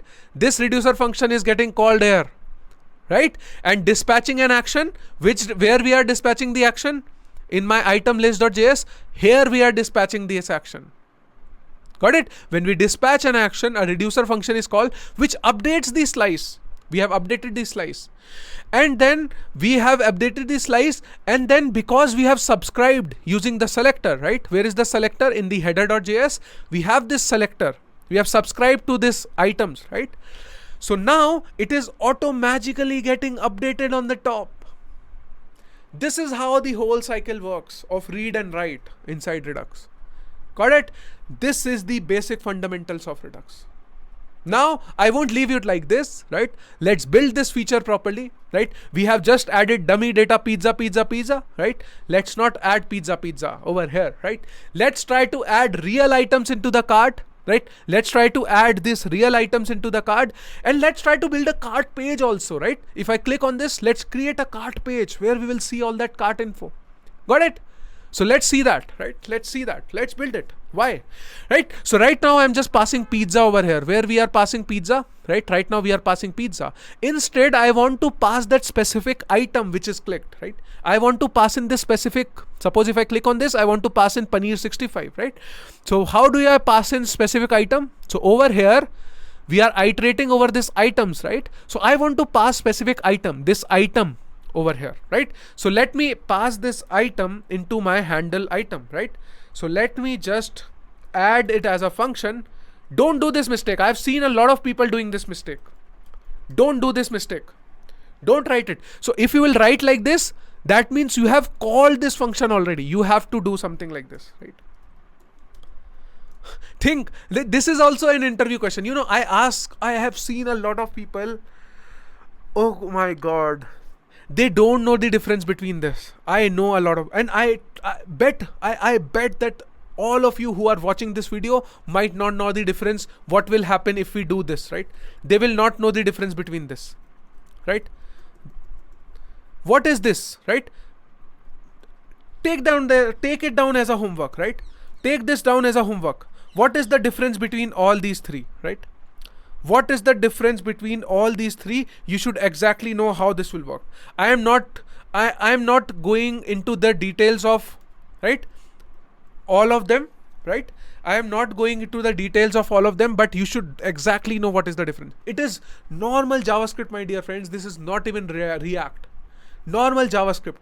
What will be the difference if I will write like this, if I will write like this, and if I will write like this? Okay, so this is basically calling the function right away. I don't want to call a function right away. I want to pass a callback function. Got it? So I will be using this, right? I will be using this. Okay, so but you should know the difference. I'm telling you, you should know the difference. If any Namaste React batch student does not know the difference between this, it is not expected, right? It's not expected, my dear friends. I'm telling you, I will thrash you if you will make a mistake in this, right? Lot of people make mistake in this, telling you, right? So please use this, right? Please understand how it works. But I will now pass this item inside my handle item, and I can now use this item over here, and I can pass my item inside I can add this item into the card. Now this item will be a big object, right? Big object of this, right? Big object of this. Okay, let me refresh the page. Right, we have added this item. Let us just go back and let us see if what happens when we click on this add button. If I click on this add button, see this, we have updated the card. We have got this one card over here, right? We have got this paneer 65 added into our cart, right? And we have got one item into the cart, right? We have got this one item into the cart. Let me add one more, right? Let me add golden baby corn also, right? Let's click on this. See this, there are two items into the cart. See this, we have added two items to the cart, right? Golden baby corn is also added to the cart. Got it? We have got these two items over here. We have got these two items over here. Amazing, right? We have got these two items over here. Now let us just try to build our cart page, right? If I click on this, it should go to the cart page, and let us display the cart details. Okay, let's display the cart details. Let's go build this quickly. Nothing extra we are doing. We are doing very easy stuff now, right? We have already done how to create a component, right? Let's create a functional component cart.js. We are creating a new page, right? Let's create a functional component. Functional component at the end of the day is basically nothing but a normal JavaScript function. We are writing an arrow function which returns some piece of JSX, right? This returns some piece of JSX. Let's return a div and let's call it cart, right? Let's call it cart and let's export our default cart. Got it? So we have created this cart component.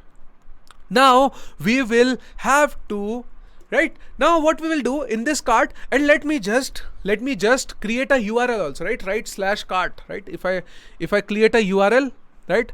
Okay, so here we have this URL, right, in our app router. So let's add one more route. Let's call it as cart, right? If we have a path as /cart, if we have a path as /cart, then render my cart component, right? Element should be cart component, okay? Cart component, and this cart component comes from import from cart component comes from my component /cart. Got it? So we have added this. Now let me go to the header, right? Let me also create a link. If I click on this cart, it should take me to the cart page, okay? So let me create a link. Where is my cart? Where is my cart? Where is my cart? Cart. Here is it, right? Here is the cart, right? So let me add a link to it. Let me copy paste from on the tom, right? Let me just copy paste and let me just create a link like this, right? Instead of grocery, I've added cart and /cart. Got it? So we have created a link to this cart. Got it? So let me close our header. Let me close my app. We have our cart.js over here. Let's go back, right? Let me go to the cart page. If I see, it's clickable now. If I click on this, it takes me to the cart page. Oh my god, it looks very ugly. It's look very small. Let's add some CSS to my cart and make it look beautiful. How can I make it look beautiful? Oh, okay. Let's add a h1. First of all, let me just add some CSS, right? Let's use Tailwind, right? When we have Tailwind, let's quickly add some CSS. Let me give it a width. Okay, let me first of all align all the content to center, right? Text center. Okay, and then let me give it some margin, right? Margin or padding, right? Margin of 10 and padding of 10. Got it? So I have given margin padding of 10, and let me also give it, right? Suppose done like this, right? And let me now add a h1 tag and let's call this as cart, right? This is cart. Okay, and let's give it a text XL, or maybe let's call it as 2XL, and let me make it font bold. Okay, I'm making the font bold. Okay, cool. So we have added this cart and it looks beautiful, right? In the middle and bold, right? Oh, I think I have added a lot of margin and padding. Let me reduce some margin and padding from the top, right? M10, it's huge, right? Let's give it M4 and P4 maybe, right? M4, P4, cool. This looks better, right? So we have our cart. Now let us show the cart items below. How do I show my cart items below, right? How will I show my cart? First of all, how will I read my cart? How will I read my cart? How will I read the cart info? How will I read that cart from the store? You are absolutely right. We will have to subscribe to the store, right? We will again be subscribing, right? I want my cart items over here also, right? I will add my cart items. How will I subscribe? Using use selector, right? If I use my use selector, SELECT selector, right? This use selector comes from React Redux. This use selector basically gives you access to the whole store, but we want access to only a small part of store, that is store.cart.items. Okay, I am just concerned about this, right? So I will get my cart items over here. Got it? I will get my cart items over here. Now what I have to do is, let me just show my cart items below, right? How will I show my cart items below? Here I will show my cart items. Okay, I will show my cart items, right? First of all, let me add some cart items, right? There are 0 items over here. So if I go back to home, so how will I show my cart items? Maybe let's go back to my Meghna Foods. Where was I? Meghna Foods. Here is my Meghna Foods, right? If I go back to my items, let's use the same UI, right? Let's use the same UI. we have already created item list, right? There is an item list here. Cool. We have this component already. Let us reuse the component, right? So this item list component basically gives us the list of this item, right? We can expand collapse. We can expand collapse this, isn't it? We can expand collapse this item list. So let's use the item list which we already have. Okay, let's use the same, right? Can we use the same, right? Let us see, right? If we can use the same item list, right? Item list. And what does that item list take, right? What is the input of that item list? So basically, see, item list takes items over here, right? So let's give it items, right? Item list. See, this is a good reuse, right? That is why we make our components in such a way that we can reuse it, right? I can make items, right? And then we can add a item, right? And then we can pass in our cart items here. Got it? We can pass our cart items over here in my item list, right? Let us just see if it works. I am just fingers crossed. I am just guessing if it works or not, right? I am just doing a blind thing. Add. If I click on this add, I have added my paneer 65. Cart item is 1. Let me add one more item, right? Let me add golden baby corn. If I click on this button, we have added 2 items to our cart. Shall we go to the cart page? If I go to my cart page, let me click on this cart. See this, we have got these 2 items in our cart. Amazing. It's not looking very beautiful, but again, bear with me, right? I mean, we have added items to the cart. Cool, right? Let's add some CSS to make it look better. First of all, I don't want this width to be full. I want this width to be small, right? Let me give it a width of maybe 6 by 12, right? Half of it, right? Half of the screen, or maybe not even half. I want it to be maybe, okay, let's give it half and see how it looks. Let me give it margin of auto, right? Let me give it margin of auto. Let's see how it looks, right? Cool. It looks much better, isn't it? Or maybe I think we need to give some padding and maybe border or something, right? Here we can give some borders. You can make it as beautiful as possible. I'm just showing you how we can do that, right? Cool. So we have made our cart, my dear friends. We have got the cart data inside our app also, right? If I click on this, I will get all the data of my cart items, right? I will get all the data of my cart items. See this, right? If I log it, I have all the info of my cart, basically the price of it, basically the name of it. I can build any feature over here I want to, right? If suppose I want to, okay, suppose if I want to build one more feature of clear cart, right? We have a clear cart action, right? Let's build a feature of clear cart from here, right? Let's build a feature of clear cart from here. Like, I have a lot of time. Don't worry, my dear friends. Let's build a clear cart, right? Let's add a button, right? Let's add a button. Let's add a button and let's add a button and let's call it as clear cart, right? Let's build this, right? Clear cart. It's an important feature, right? We would definitely need clear cart button, right? This clear cart button. Okay, this looks very ugly. Let me make it look like a button. It looks like a text. So basically, let me give it padding of 2, margin of 2, and then basically I want to give it background color of maybe background BG of black, maybe. Okay, BG of black. Let's give it text white. Okay, text of white over here. And then what else? Okay, I think that's it. I think this should work. Okay, we have this clear cart button. Let me make rounded corners also, right? Rounded corners looks cool. Rounded LG. Cool. So we have rounded corner. We have a clear cart button with us. If I click on this clear cart, it should clear my cart, right? You can align it somewhere, right? Like make it align. I just did a center align over here. It should clear my cart, right? Let us if I click on that button, what should have happened? It should dispatch an action. You're absolutely right, right? Let me write on click, right? Let me write on click method over here, right? On click, and on click, I can create a function, right? Let's handle clear cart, Okay, handle clear cart function. right? And then let's add a function handle clear cart, right? Const function handle clear cart, handle clear cart, right? This handle clear cart will basically dispatch an action. Hope you are understanding this, right? I am not doing anything new. It is all I have already taught you. How to dispatch an action from here? I will just use a dispatch, right? First of all, I need that dispatch function. How do you get that dispatch function? Very easy, my dear friends. Use dispatch. We will use dispatch, right? We will use dispatch.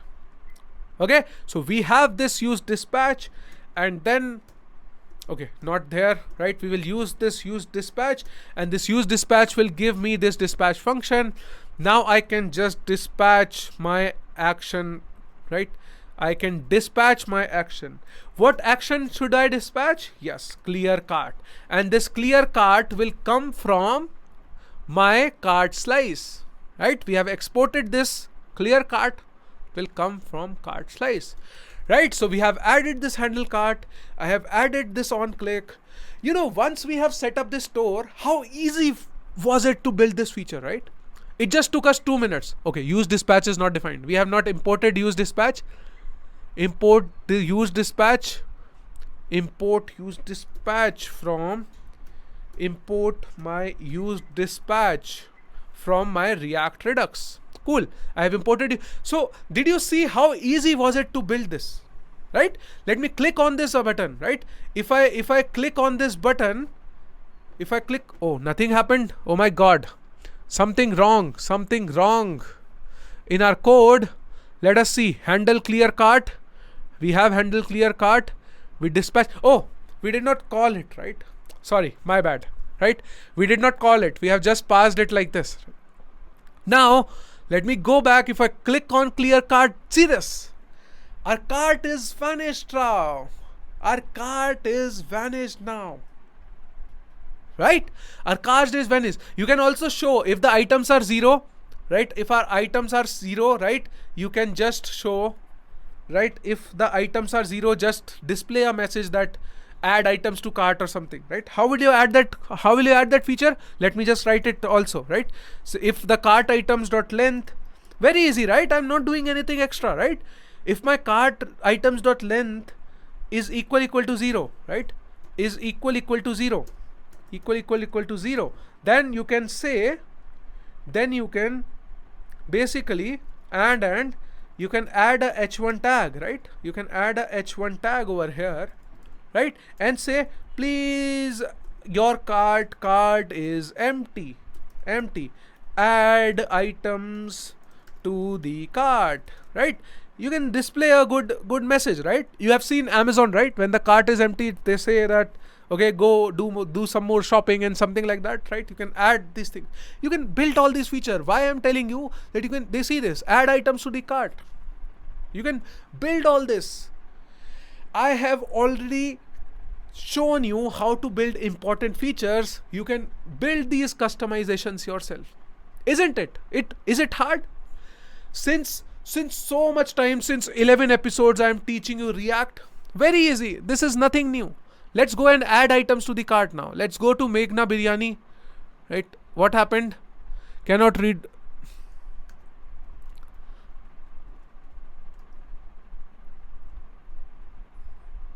Right? Let's go to some.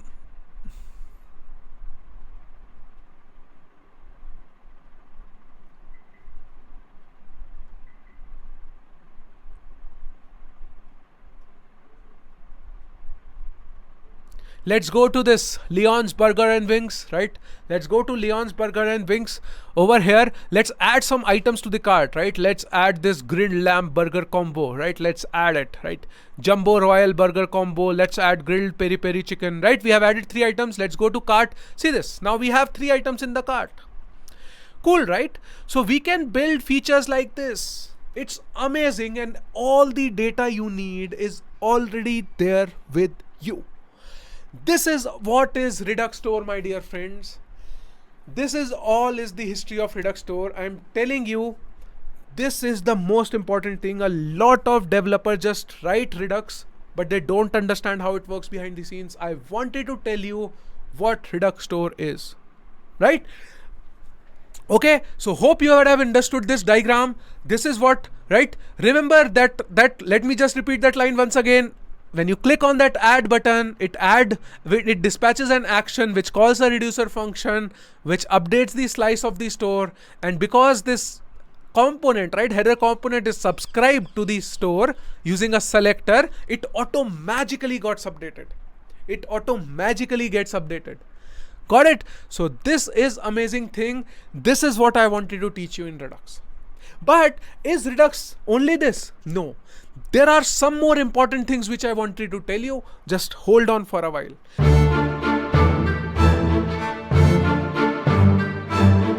Now we have written this, but let me tell you one more important interview question which a lot of interviewers will ask, and you should basically know it. One interview question is, right, I am just basically, trying to recap things, and I want to tell you few points, right, while you are points where you need to be careful while using Redux, right? First thing is, whenever you are doing a selector, right, whenever you are doing a selector, make sure you are subscribing to the right portion of the store, right? Make sure you are subscribing to the right portion of the store, right? Here you can optimize the performance, right? So if you don't subscribe to the right portion of the store, it will be a big performance loss. Let me tell you why, right? Remember this, take this down as a note. Very important thing, very, very important, right? See, I can do this also, right? I can do something like this, right? I can do a store, right? And I can just get access to all my store, right? Whole store. And now I can extract my cart items from this store.cart.items. Both this code is same. The code which I wrote earlier, what was that code which I wrote earlier? It was this code, right? See? And then what was this code? See the difference between these two codes. See, earlier we were writing like this, right? I want to show you the difference, right? It's very important, right? See this. So earlier I was writing the code like this. Earlier I was writing it like this, right? I was just subscribing to the small portion of the store, right? I was subscribing to this portion of the store. Now I am subscribing to the whole store and I am extracting my items. It will work like this also, right? If you will do like this, it will work perfectly fine, right? It will work perfectly fine. See this, it is working perfectly fine. But this is very less efficient. Very, very less efficient. When you are giving interviews, if you are using Redux in your interviews, definitely tell this thing to your interviewer. You will impress your interviewer. Or whenever you are using Redux, please be careful while using this selector. What happens is, when you write like this, right? So basically, this store variable is subscribed to the Redux store. Whenever anything changes inside the store, your cart component will get to know. Basically, your store, right? This store variable will be updated whenever anything changes in the store and whole store, right? So you don't want updates. You don't want to subscribe to updates of whole store, right? See, suppose if something is happening inside another slice, right? Suppose if the user logged in, it has nothing to do with cart, right? So why is this store variable subscribed to that store, right? So it will get, so anything will change in store, right? Anything will change. So when our application grows huge, right? Oh my God, I've been speaking since a lot of time, but let me tell you, right? When our application grows huge, our store becomes very big. So anything random changes in our store, I don't want this component to be affected by it, right? I don't want to subscribe to my whole store. It is foolish. A better performance way is to only subscribe to a specific portion of the store. Never do this. Never ever do this, right? Never do this. Always subscribe to a small portion of the store, right? It is very much efficient. When you will write like this, right? When you will write a selector like this, why is it named selector, right? The name is selector. The name is selector because you are selecting a portion of the store. Okay, that's why it is selector. Got it? So you are subscribing to the selected portion of the store. Try to speak it up, right? Your vocabulary will be improved. You are selecting, right? You are selecting a specific portion of that store, right? This items. So now when you will write like this cart items will only update when my store.cart.items change. That small items. It has nothing to do with anything happening outside the scope of this, right? It is only subscribed to cart items. So Redux is a powerful heavy tool, right? Redux is a powerful heavy tool, but we should be careful while using this. This is one thing which I wanted to tell you, my dear friends. This is a major mistakes which people make. Major mistake which people makes. Okay, so be careful with it.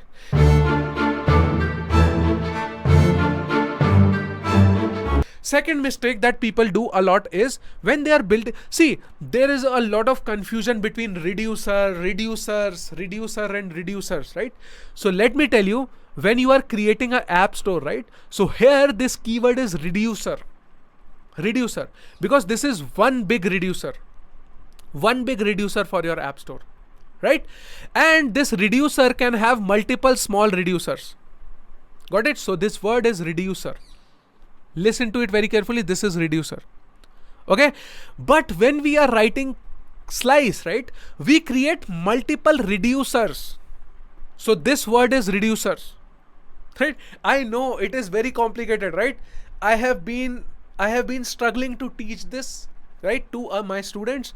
But when I give them this logic, they remember it and then they never forget. This is, when you know behind the scenes that what is happening, why Redux has named it like that, things become very easy. You will not make mistake. So when you are writing this store, right, this is one reducer for the whole app, and it can contain multiple small reducers, right? This cart reducer, it can have user reducer, theme reducer.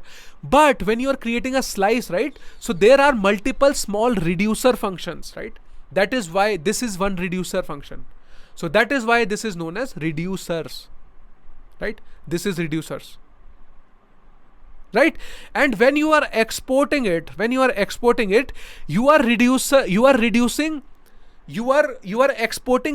just one reducer from it. So basically, what is a reducer at the end of the day? Reducer is nothing but a combination of different small reducers, right? A reducer can be a combination of small reducers, right? So this app store is a combination of this small reducers of these slices, and this reducer is a combination of these small reducer functions. So this is one reducer that I am exporting, right? But here we have multiple reducers. That is why it is reducers. Got it? I don't know how you will remember it. How will you keep it in your head? But please note it down. A lot of people get confused with this, right? Two things. Use selector very carefully. Use this reducer and reducers keyword very carefully. Let me tell you one more important thing, right? Earlier, right? Let me tell you the history of Redux, right? I don't know. I want to stop this session right now. I wanted to stop this episode right now, but I am in a mood to tell you a lot of things about Redux, right? Let me tell you, right, what is there, right? If you want to leave, you can leave, but I would say that don't leave, please. These things will be very important when you will give interviews, and it will just increase your foundations very strong, right? I want to teach you, right, as much as I can. Okay, so please stay here, right? Please, right? I am also getting I am also getting a little it's been a while I am speaking continuously, but again, right, let me drink water. Maybe you can also drink water, right? And then maybe pause the video, drink water, and then come back again.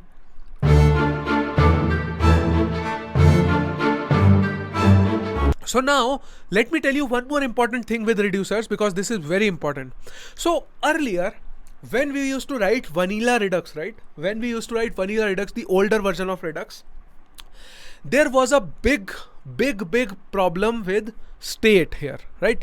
When we used to write these reducer functions in vanilla Redux, we used to, Redux used to shout on their website, and it used to gives us clear warning that don't mutate state.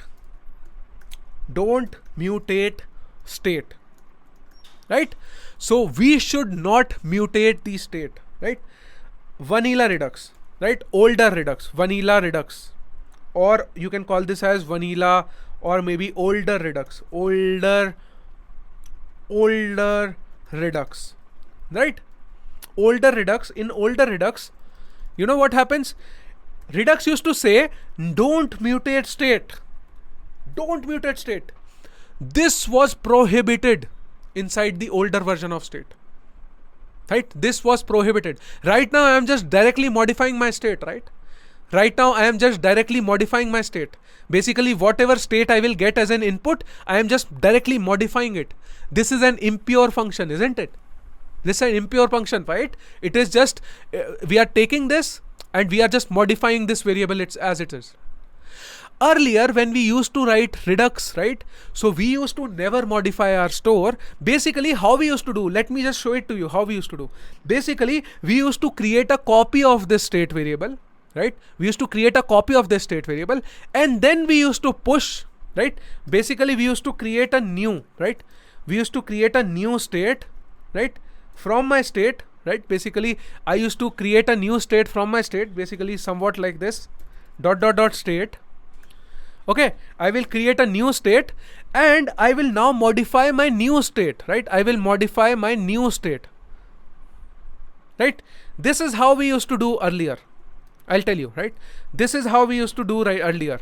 New state dot items dot push, and then we used to return this new state. Got it?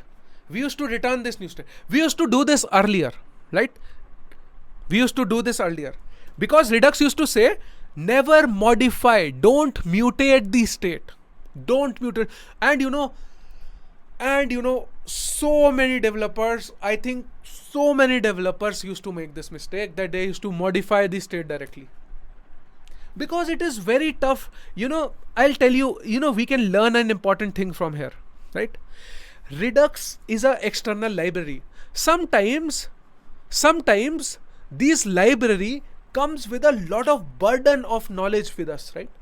If we have to use this library, we have to learn a lot of things. That, okay, I don't want to mutate that state. I want to create a store. You need to subscribe. You need to add action, dispatch action, then reducers and this, that. So many jargons, and it just confuses the developer so much. And a lot of developers, so many developers used to make this mistake of mutating the state. So in the newer, in Redux toolkit, right, whatever we are using, Redux gives us option that we can modify we have to mutate the state. And it does not give us option. We actually have to mutate the state. We actually have to mutate the state. Right? And when Redux made this change, again, there was an army of developers who came up and said, Redux, this is very bad. Why are you letting people mutate the state? It's very bad. People who come from vanilla Redux to Redux toolkit, they find it very hard. But let me tell you, now we can mutate the state over here. And in fact, we have to mutate the state now. Okay? This is what the new API says. Right? Why I'm telling you all this theory? Because, people who are working in older version of Redux, you will know exactly what the pain point is. Right? And now Redux has solved this. In your interviews, you can explain it, right? Because if you do this in the interviewer, and your interviewer might say, oh, you have mutated this state. So you can back your answer up with a solid argument, right? Now, okay, right? So let me repeat once again. In the older version of Redux used to say, never mutate the state, don't mutate state. But in the latest Redux toolkit, we have to mutate the state, right? Whatever we get the state over here, we have to mutate it according to the action, right? We change it, right? When we do items.push, that means we are modifying the existing state over here. And then this is how we do it. Got it? So this is how we do it, and we just mutate and we don't have to return anything. Earlier, returning was mandatory. Don't mutate state, and returning was mandatory. Was kind of mandatory. Was mandatory, right? Or kind of mandatory, right? So basically we used to return this new state. We used to take the state, return this new state. Now returning is also not mandatory. Now you just modify the state and returning is not mandatory. Redux take care of it automatically. Redux does not force you to return anything from here. Got it? Redux does not force you to return anything from here. Got it? This is the latest way of writing Redux. But now, let me also tell you an important thing. If we are mutating over here, right? Let me write over here, right? We have to mutate it, right? We have to mutate the state. If we are mutating the state over here, listen to me very carefully. If we are mutating the state over here, right? If I am mutating my state over here, then what is Redux doing behind the scenes? You know what Redux is doing? Redux is mutating, Redux is creating an immutable state. You know, whatever logic I showed you, right? All this, Redux is still doing all that. Redux is still doing all that, right? But it is not asking developers to do it, right? When I as a developer am using Redux, I am writing my reducer function. I have to just mutate this state and it works perfectly fine. But behind the scenes, Redux is actually doing something like this. And Redux uses something known as Immer, right? There is a library known as Immer, right? This Immer.js, right? This library Immer, Redux uses this Immer library, right, to do this. So basically, Immer library is kind of like finding the difference between the original state, the mutated state, and then gives you back the new state, which is a immutable state, a new copy of the state. Whatever I was writing that logic, right? All that logic has been abstracted.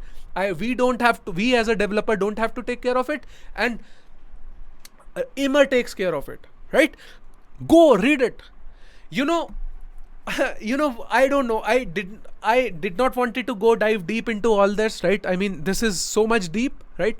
And let me tell you, right, 99% of the people won't know about all this who are using Redux in their day-to-day life. Very less people know about it. But I want you all to be really good developers. Be curious, right? I'm curious. I want to tell you. Immer in itself is a huge library. Redux in itself is a huge library. I don't want to go into very much detail, dive much deep, but I want you all to, I have kept one episode for Redux. I can't teach Redux in one episode. It's huge, right? And this is not Namaste Redux that I dive deep into every small corners of Redux, but I want to cover as much as I can in this episode, right? I want to cover, right? Otherwise, there is so much to learn inside Redux, right? And every library comes, when I was building Namaste React, I thought I will not even cover Redux, right? But then I thought, okay, let me keep one episode for covering Redux, right? Because, Redux needs a separate Namaste Redux in itself. It's so huge. It's so impressive. It's so amazing. So I want you all to go and read Redux documentation. See what Redux has to offer. See Immer, right? Redux behind the scenes uses Immer. And Immer basically, I'll show you, right? They have a good diagram also in their website somewhere. See, it's a tiny package that allows to work with immutable state, right? Is it visible? Let me just expand it. Immutable state in a more convenient way. Read this. If your interviewer asks you, or I don't think interviewers themselves don't know, right? Many interviewers themselves won't know. But if you are in an interview, tell your interviewer. They will be impressed by your knowledge. Okay? So this is a Immer. Where is that diagram? There is one diagram also here. Yes. See this. So what Immer does is basically takes the existing state, takes this new state, and then gives you the diff of that state, right? Kind of right. It's find out the diff of this state. Whatever you have mutated, it will take the original state, it will take the new state, it will calculate the diff and will give you a new state, right? To the Redux. And Redux uses it. So behind the scenes, things are still working the same. But for developers, we don't have to worry about writing a pure function, right? Lot of people used to make this mistake. Lot of developers used to make this mistake. I'm telling you, right? And I am telling you that people who have used Redux sometime would also know this, right? Making a mistake was very common over here, right? Reducer function used to be very large, big, and all that stuff. Many developers don't even know how to actually write an immutable object. The problem is many developers, who don't understand JavaScript properly, they don't even know how to create an immutable state object here. If the object is nested, right? See, right now the object is very easy, right? Suppose if the data is huge, nested at a lot of levels, people don't even know how to create a deep clone of it, right? They don't even know how to create an immutable copy of it, right? It's very sad, but then people don't know JavaScript properly, and then they just start writing Redux. But anyways, right? We don't have to worry about them right now, right? We can directly mutate this state. You can do whatever you wish to, right? And return is also not mandatory, right? Return is also not mandatory. And Redux Toolkit uses immer behind the scenes. Immer behind the scenes. Behind the scenes. BTS. Got it? Uses immer.js, right? Immer is again a library. So this is why. And let me tell you one more thing, okay? I keep it's coming to my mind. That is why I told you, right? We cannot do something like state is equals to this. Because if you will modify a state is equals to directly, right? It won't work.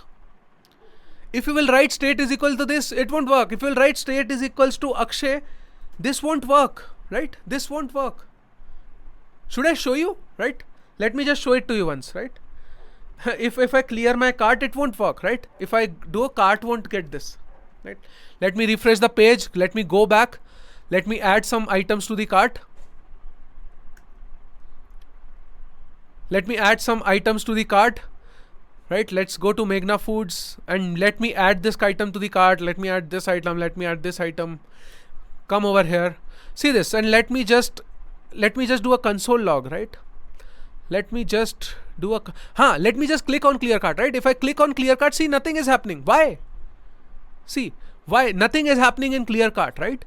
I am doing this. State is equals to Akshay. It won't work like this because immer, you will get answer to this question when you will go through immer, right? You will have to understand how immer works, right? So basically when you do this, right? So basically you are not modifying the state. You are just changing the reference to it. I am giving you a hint out of it. You are not actually modifying. You are not mutating the state. You are not mutating the state. If you are doing it like this, you are just adding a reference of it. Understood? So there is a difference, right? I don't know. It is very tough for me to teach also with half knowledge, right? I have to give you a lot of context if I have to explain you. See, so basically, what I am trying to say, it is not actually mutating the state, right? When you do like this, it is not actually mutating the state. It is just adding a reference to it. Got it? It is just adding a reference to it. So in this case, if you have to make it empty, you have to actually mutate the state, right? You have to actually mutate the state, and you can mutate by using this, right? You can mutate by using this. Got it? This will basically make your state as state is equals to this. Okay? This will basically, why? Because see, when an object will be passed into this, see, this state is a local variable. Let me try to explain it in one more way. This state is a local variable, right? This state is a local variable, right? What value will it have? It will have a value which will be a original state, right? That original state, right? That original state will be passed in over here. So you actually have to modify it. If you do something like this, right? So it will change the value of this state, right? And this state is a local variable, right? this state is a local variable and it will just do the changes locally. It will not modify the actual state which was passed over here, right? Suppose, okay, I'll try to explain it. Over here, what will be passed, right? Redux will pass in, suppose our cart has some item already inside it, right? PIZZA. I'm trying as hard as possible to explain you. Suppose if this pizza passed over here, right? If I do this, right? So I am not actually modifying this. Let's call this as original state, right? Original state is equals to this, right? So now when I pass this I receive a original state over here. What is this state? This state is a local variable, right? So now this state will become, if I do a console log of state over here, console log of state over here, right?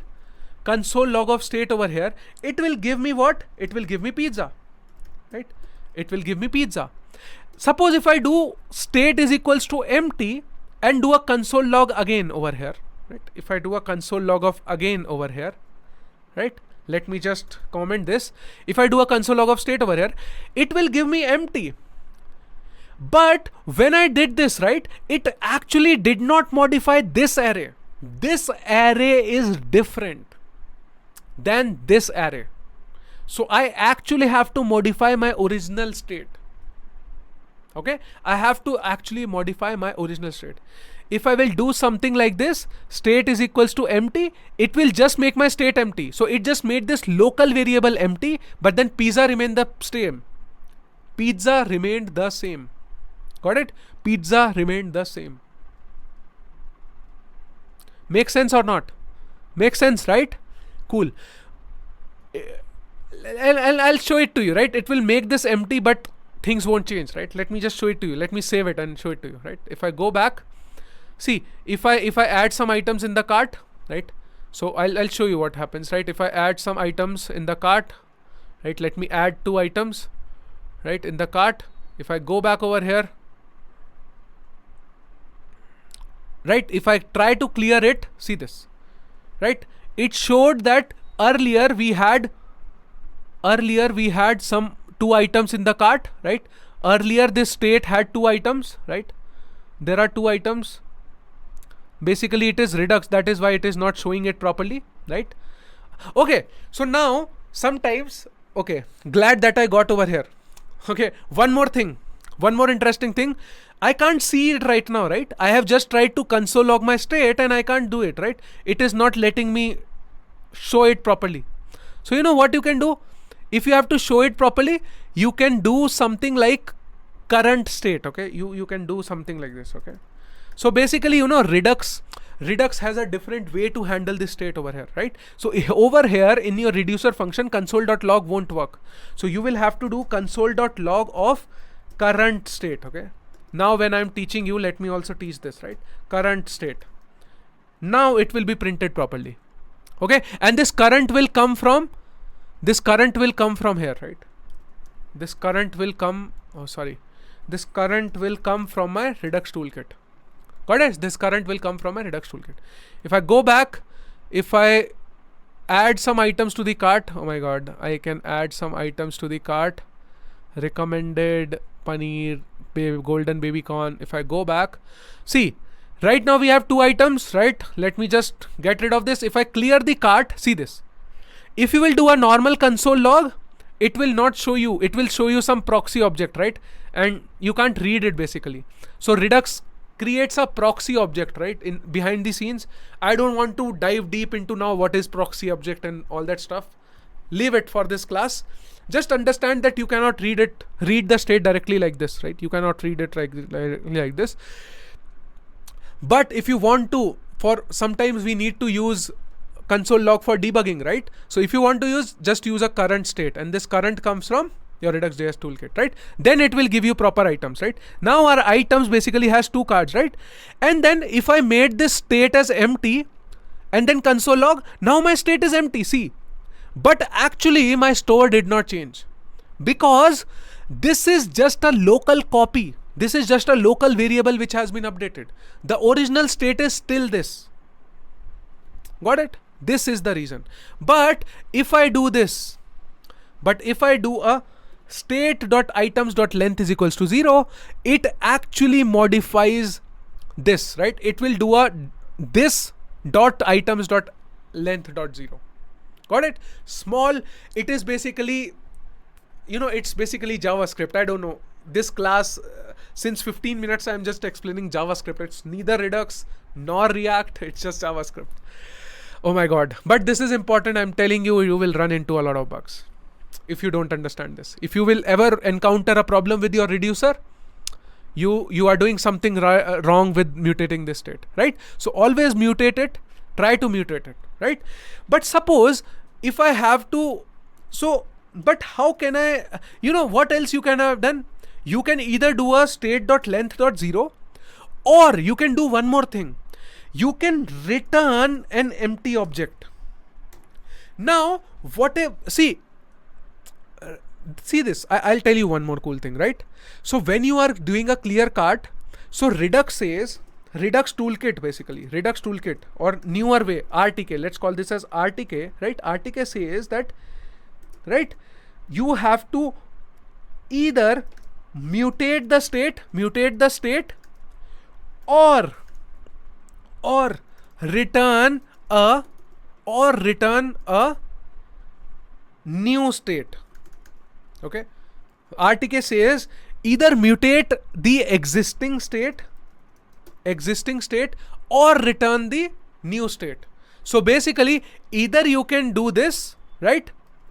So I'll explain you, wait, right? So you can do either of these things. So if you have pizza over here, if you will do this, you are mutating this state itself and you are making this as 0, right? This array, this original state will become empty after this line, right? You can either do this, right? I am keeping this code, or you don't even need state because you are just clearing the cart, right? Just send an empty object. So this is a new object. If you return something, now this, whatever you return from your reducer, whatever you return from this reducer will replace whatever is there is original state. So you can either return it, right? Or you can do something like this. Got it? So suppose if I return empty from here, right? So it will just clear my cart. Got it? So you don't have to mandatorily return it, but if you'll return it, it will just modify the original cart with that value, right? It will pass this thing to your original cart, to your original state, right? It will basically, now this original state, right? Original state will be empty, right? This new object, this new array will be replaced, right? Replaced inside original state. Got it? Hope this line makes sense, right? I am keeping my code like this so that when you will see this code, right, you will be able to understand this properly. Got it? This is a small thing, but a very important thing. If you'll clear your cart now, it will work, right? Okay. Reading length of undefined. Okay. Cart items dot length. Okay. My bad. So this will replace the state, right? So basically you will have to do something like this. Items of, my bad. Because see, this will replace your original items, right? You will have to, basically if you return over here, you will have to return full state from now. Got it? That is why it was not able to find the items. Got it? Either you modify it like this. So your original state basically was something like this, right? Items, right? And if you do state.items.length, so it does so it will modify this, right? It will modify this, or else you can return a new, right? This will just replace, right? Now basically it will just replace the original state with this. Got it? This new object will be replaced. So now let's just test this, right? So we have added this. Now if I go back and let me just add some items into the cart, right? Let me go back to Meghna Foods. I went over here, I added paneer 65, golden baby corn, went to the cart, right? We have 2 items here. If I click on clear cart, see this, right? We have got an empty array once again, right? So basically it changes this item to empty array once again. So this is what I wanted to show you. This is really very important to know that all these things Redux is taking care of behind the scenes. Got it? It's very, very, very important, my dear friends, to know all these things. And oh my God, it's been a great episode this time. It's a very long episode, but again, right, I'm okay with dealing with it, right? Few more things which I wanted to tell you about Redux is, right? Few more things which I wanted to talk about Redux Toolkit is,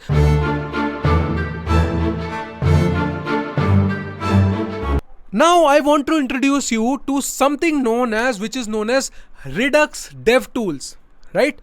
You know, an important advantage of using Redux is that Redux helps us in debugging a lot, right?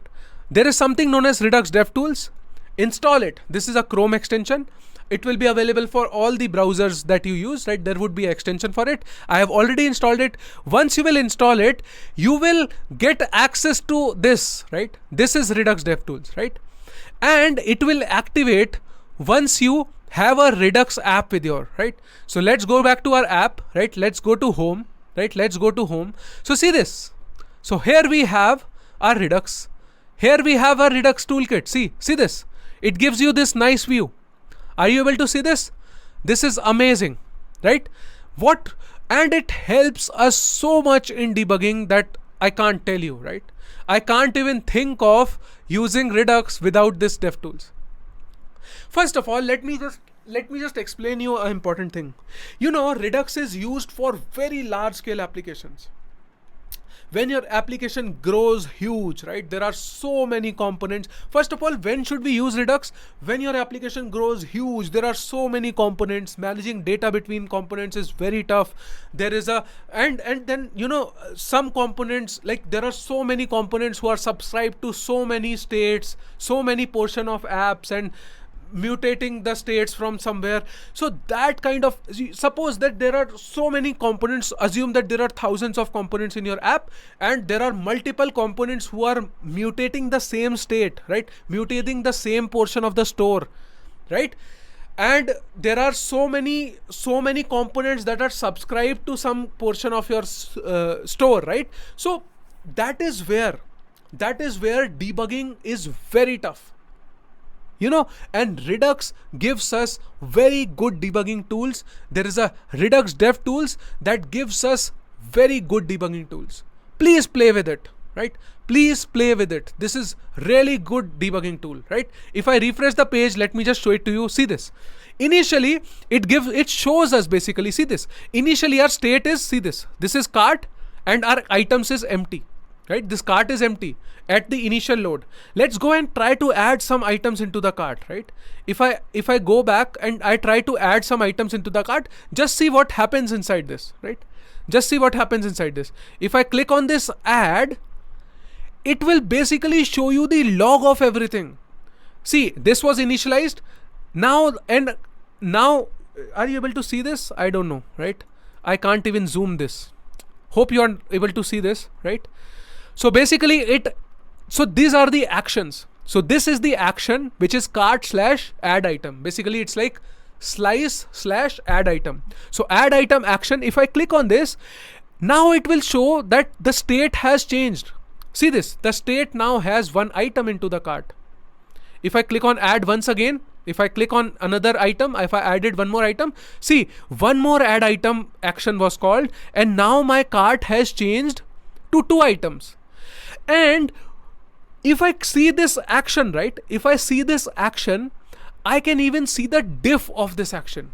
See this. This was the diff in this. So it's like a git diff, right? So it is showing that this item was added in this diff, in this action, right? If I go to the cart now, and if I do a clear cart, let's see this. If I do a clear cart, right, now the cart is empty. Let's go back to our store. See this.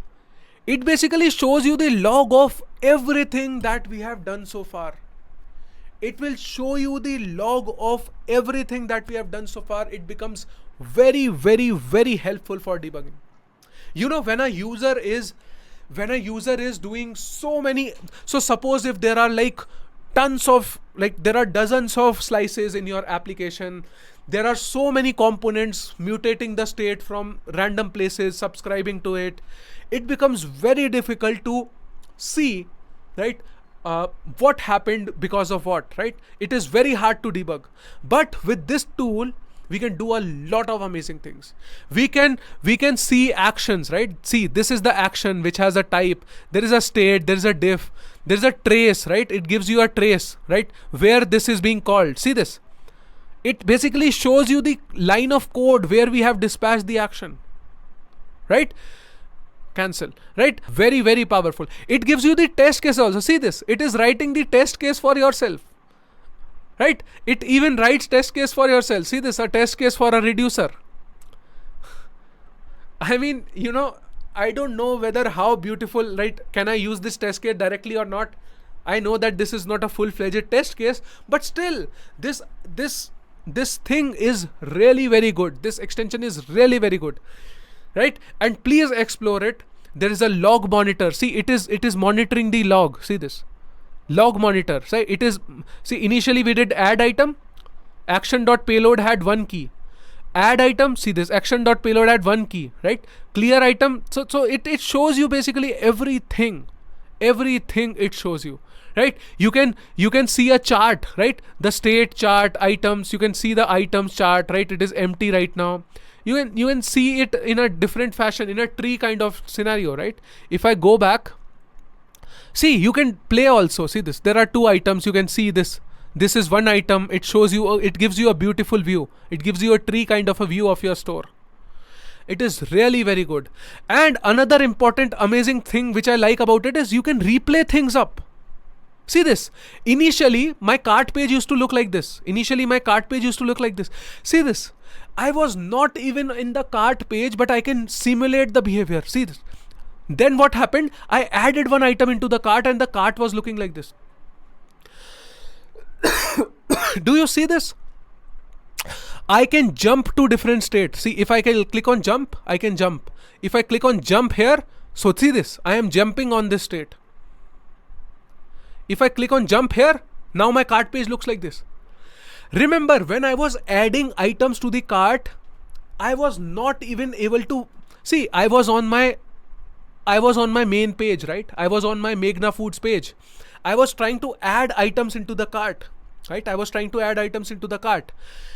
not even on the cart page, but I can still see that how my cart page would look like. If I was here. If I was at the second call, it would look like this. It had one item in the cart, right? It had two items in the cart. It had three items into the cart. So we can have a trace of all these actions which we have performed. We can have a life journey of all these actions which the user is performing. Amazing, isn't it?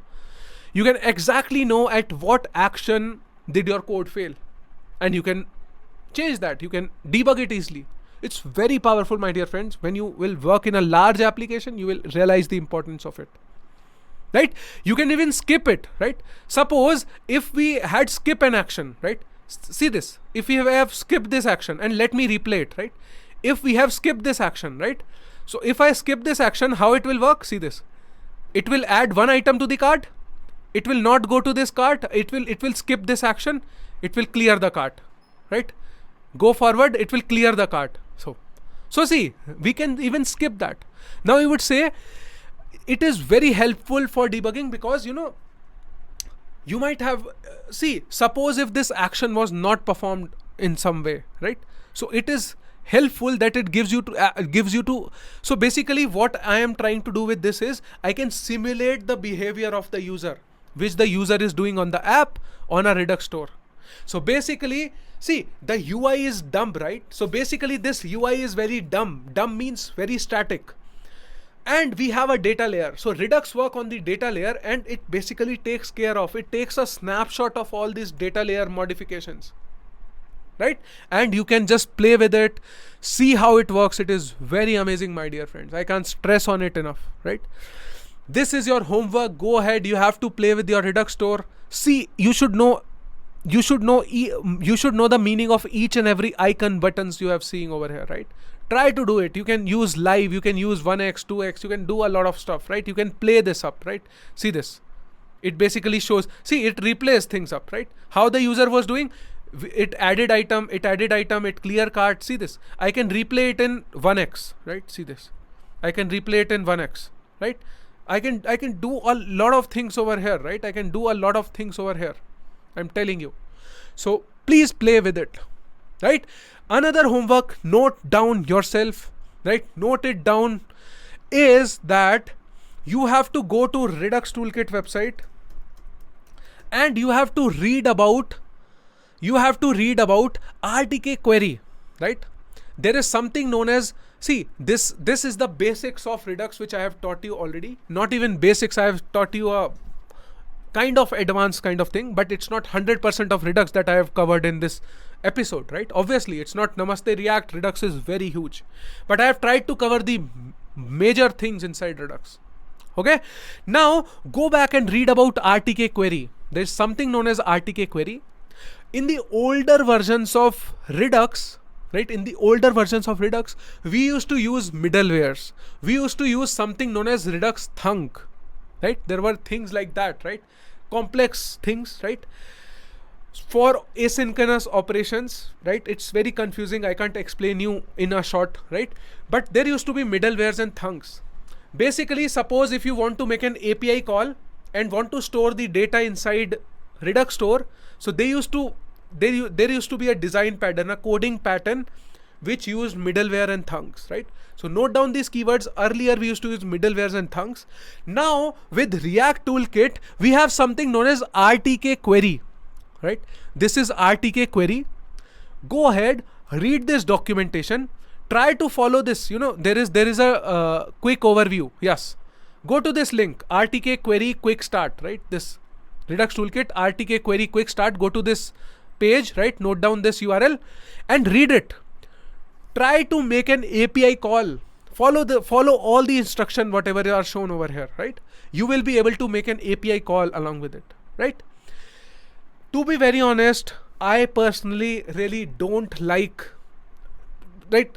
It's a very bad thing to say, right? But then I'm after this session, but I'm saying that I personally don't like Redux much, right? It overcome, and you know, I don't even like to teach it, right? Because Redux is very complicated, right? In itself, Redux library in itself has become very complicated. It is very difficult to teach also, but I had taught you, right, as much as I can, and I don't even really like it, right? This RTK query is a way of fetching data, right? It gives you a lot of cool features, but I really don't use it in my projects. I really don't like it, right? So I don't even want to teach you. But what I want you all to take it up as a homework. Go and explore RTK query. Follow this example. You know, I have given you enough of information. When you will read this, right, you will understand when you are adding a reducer over here in your store. You exactly know, right? How do you write configure store? So when you will read this, you will be able to follow this properly, right? With all this knowledge of this episode, right? Please experiment with it.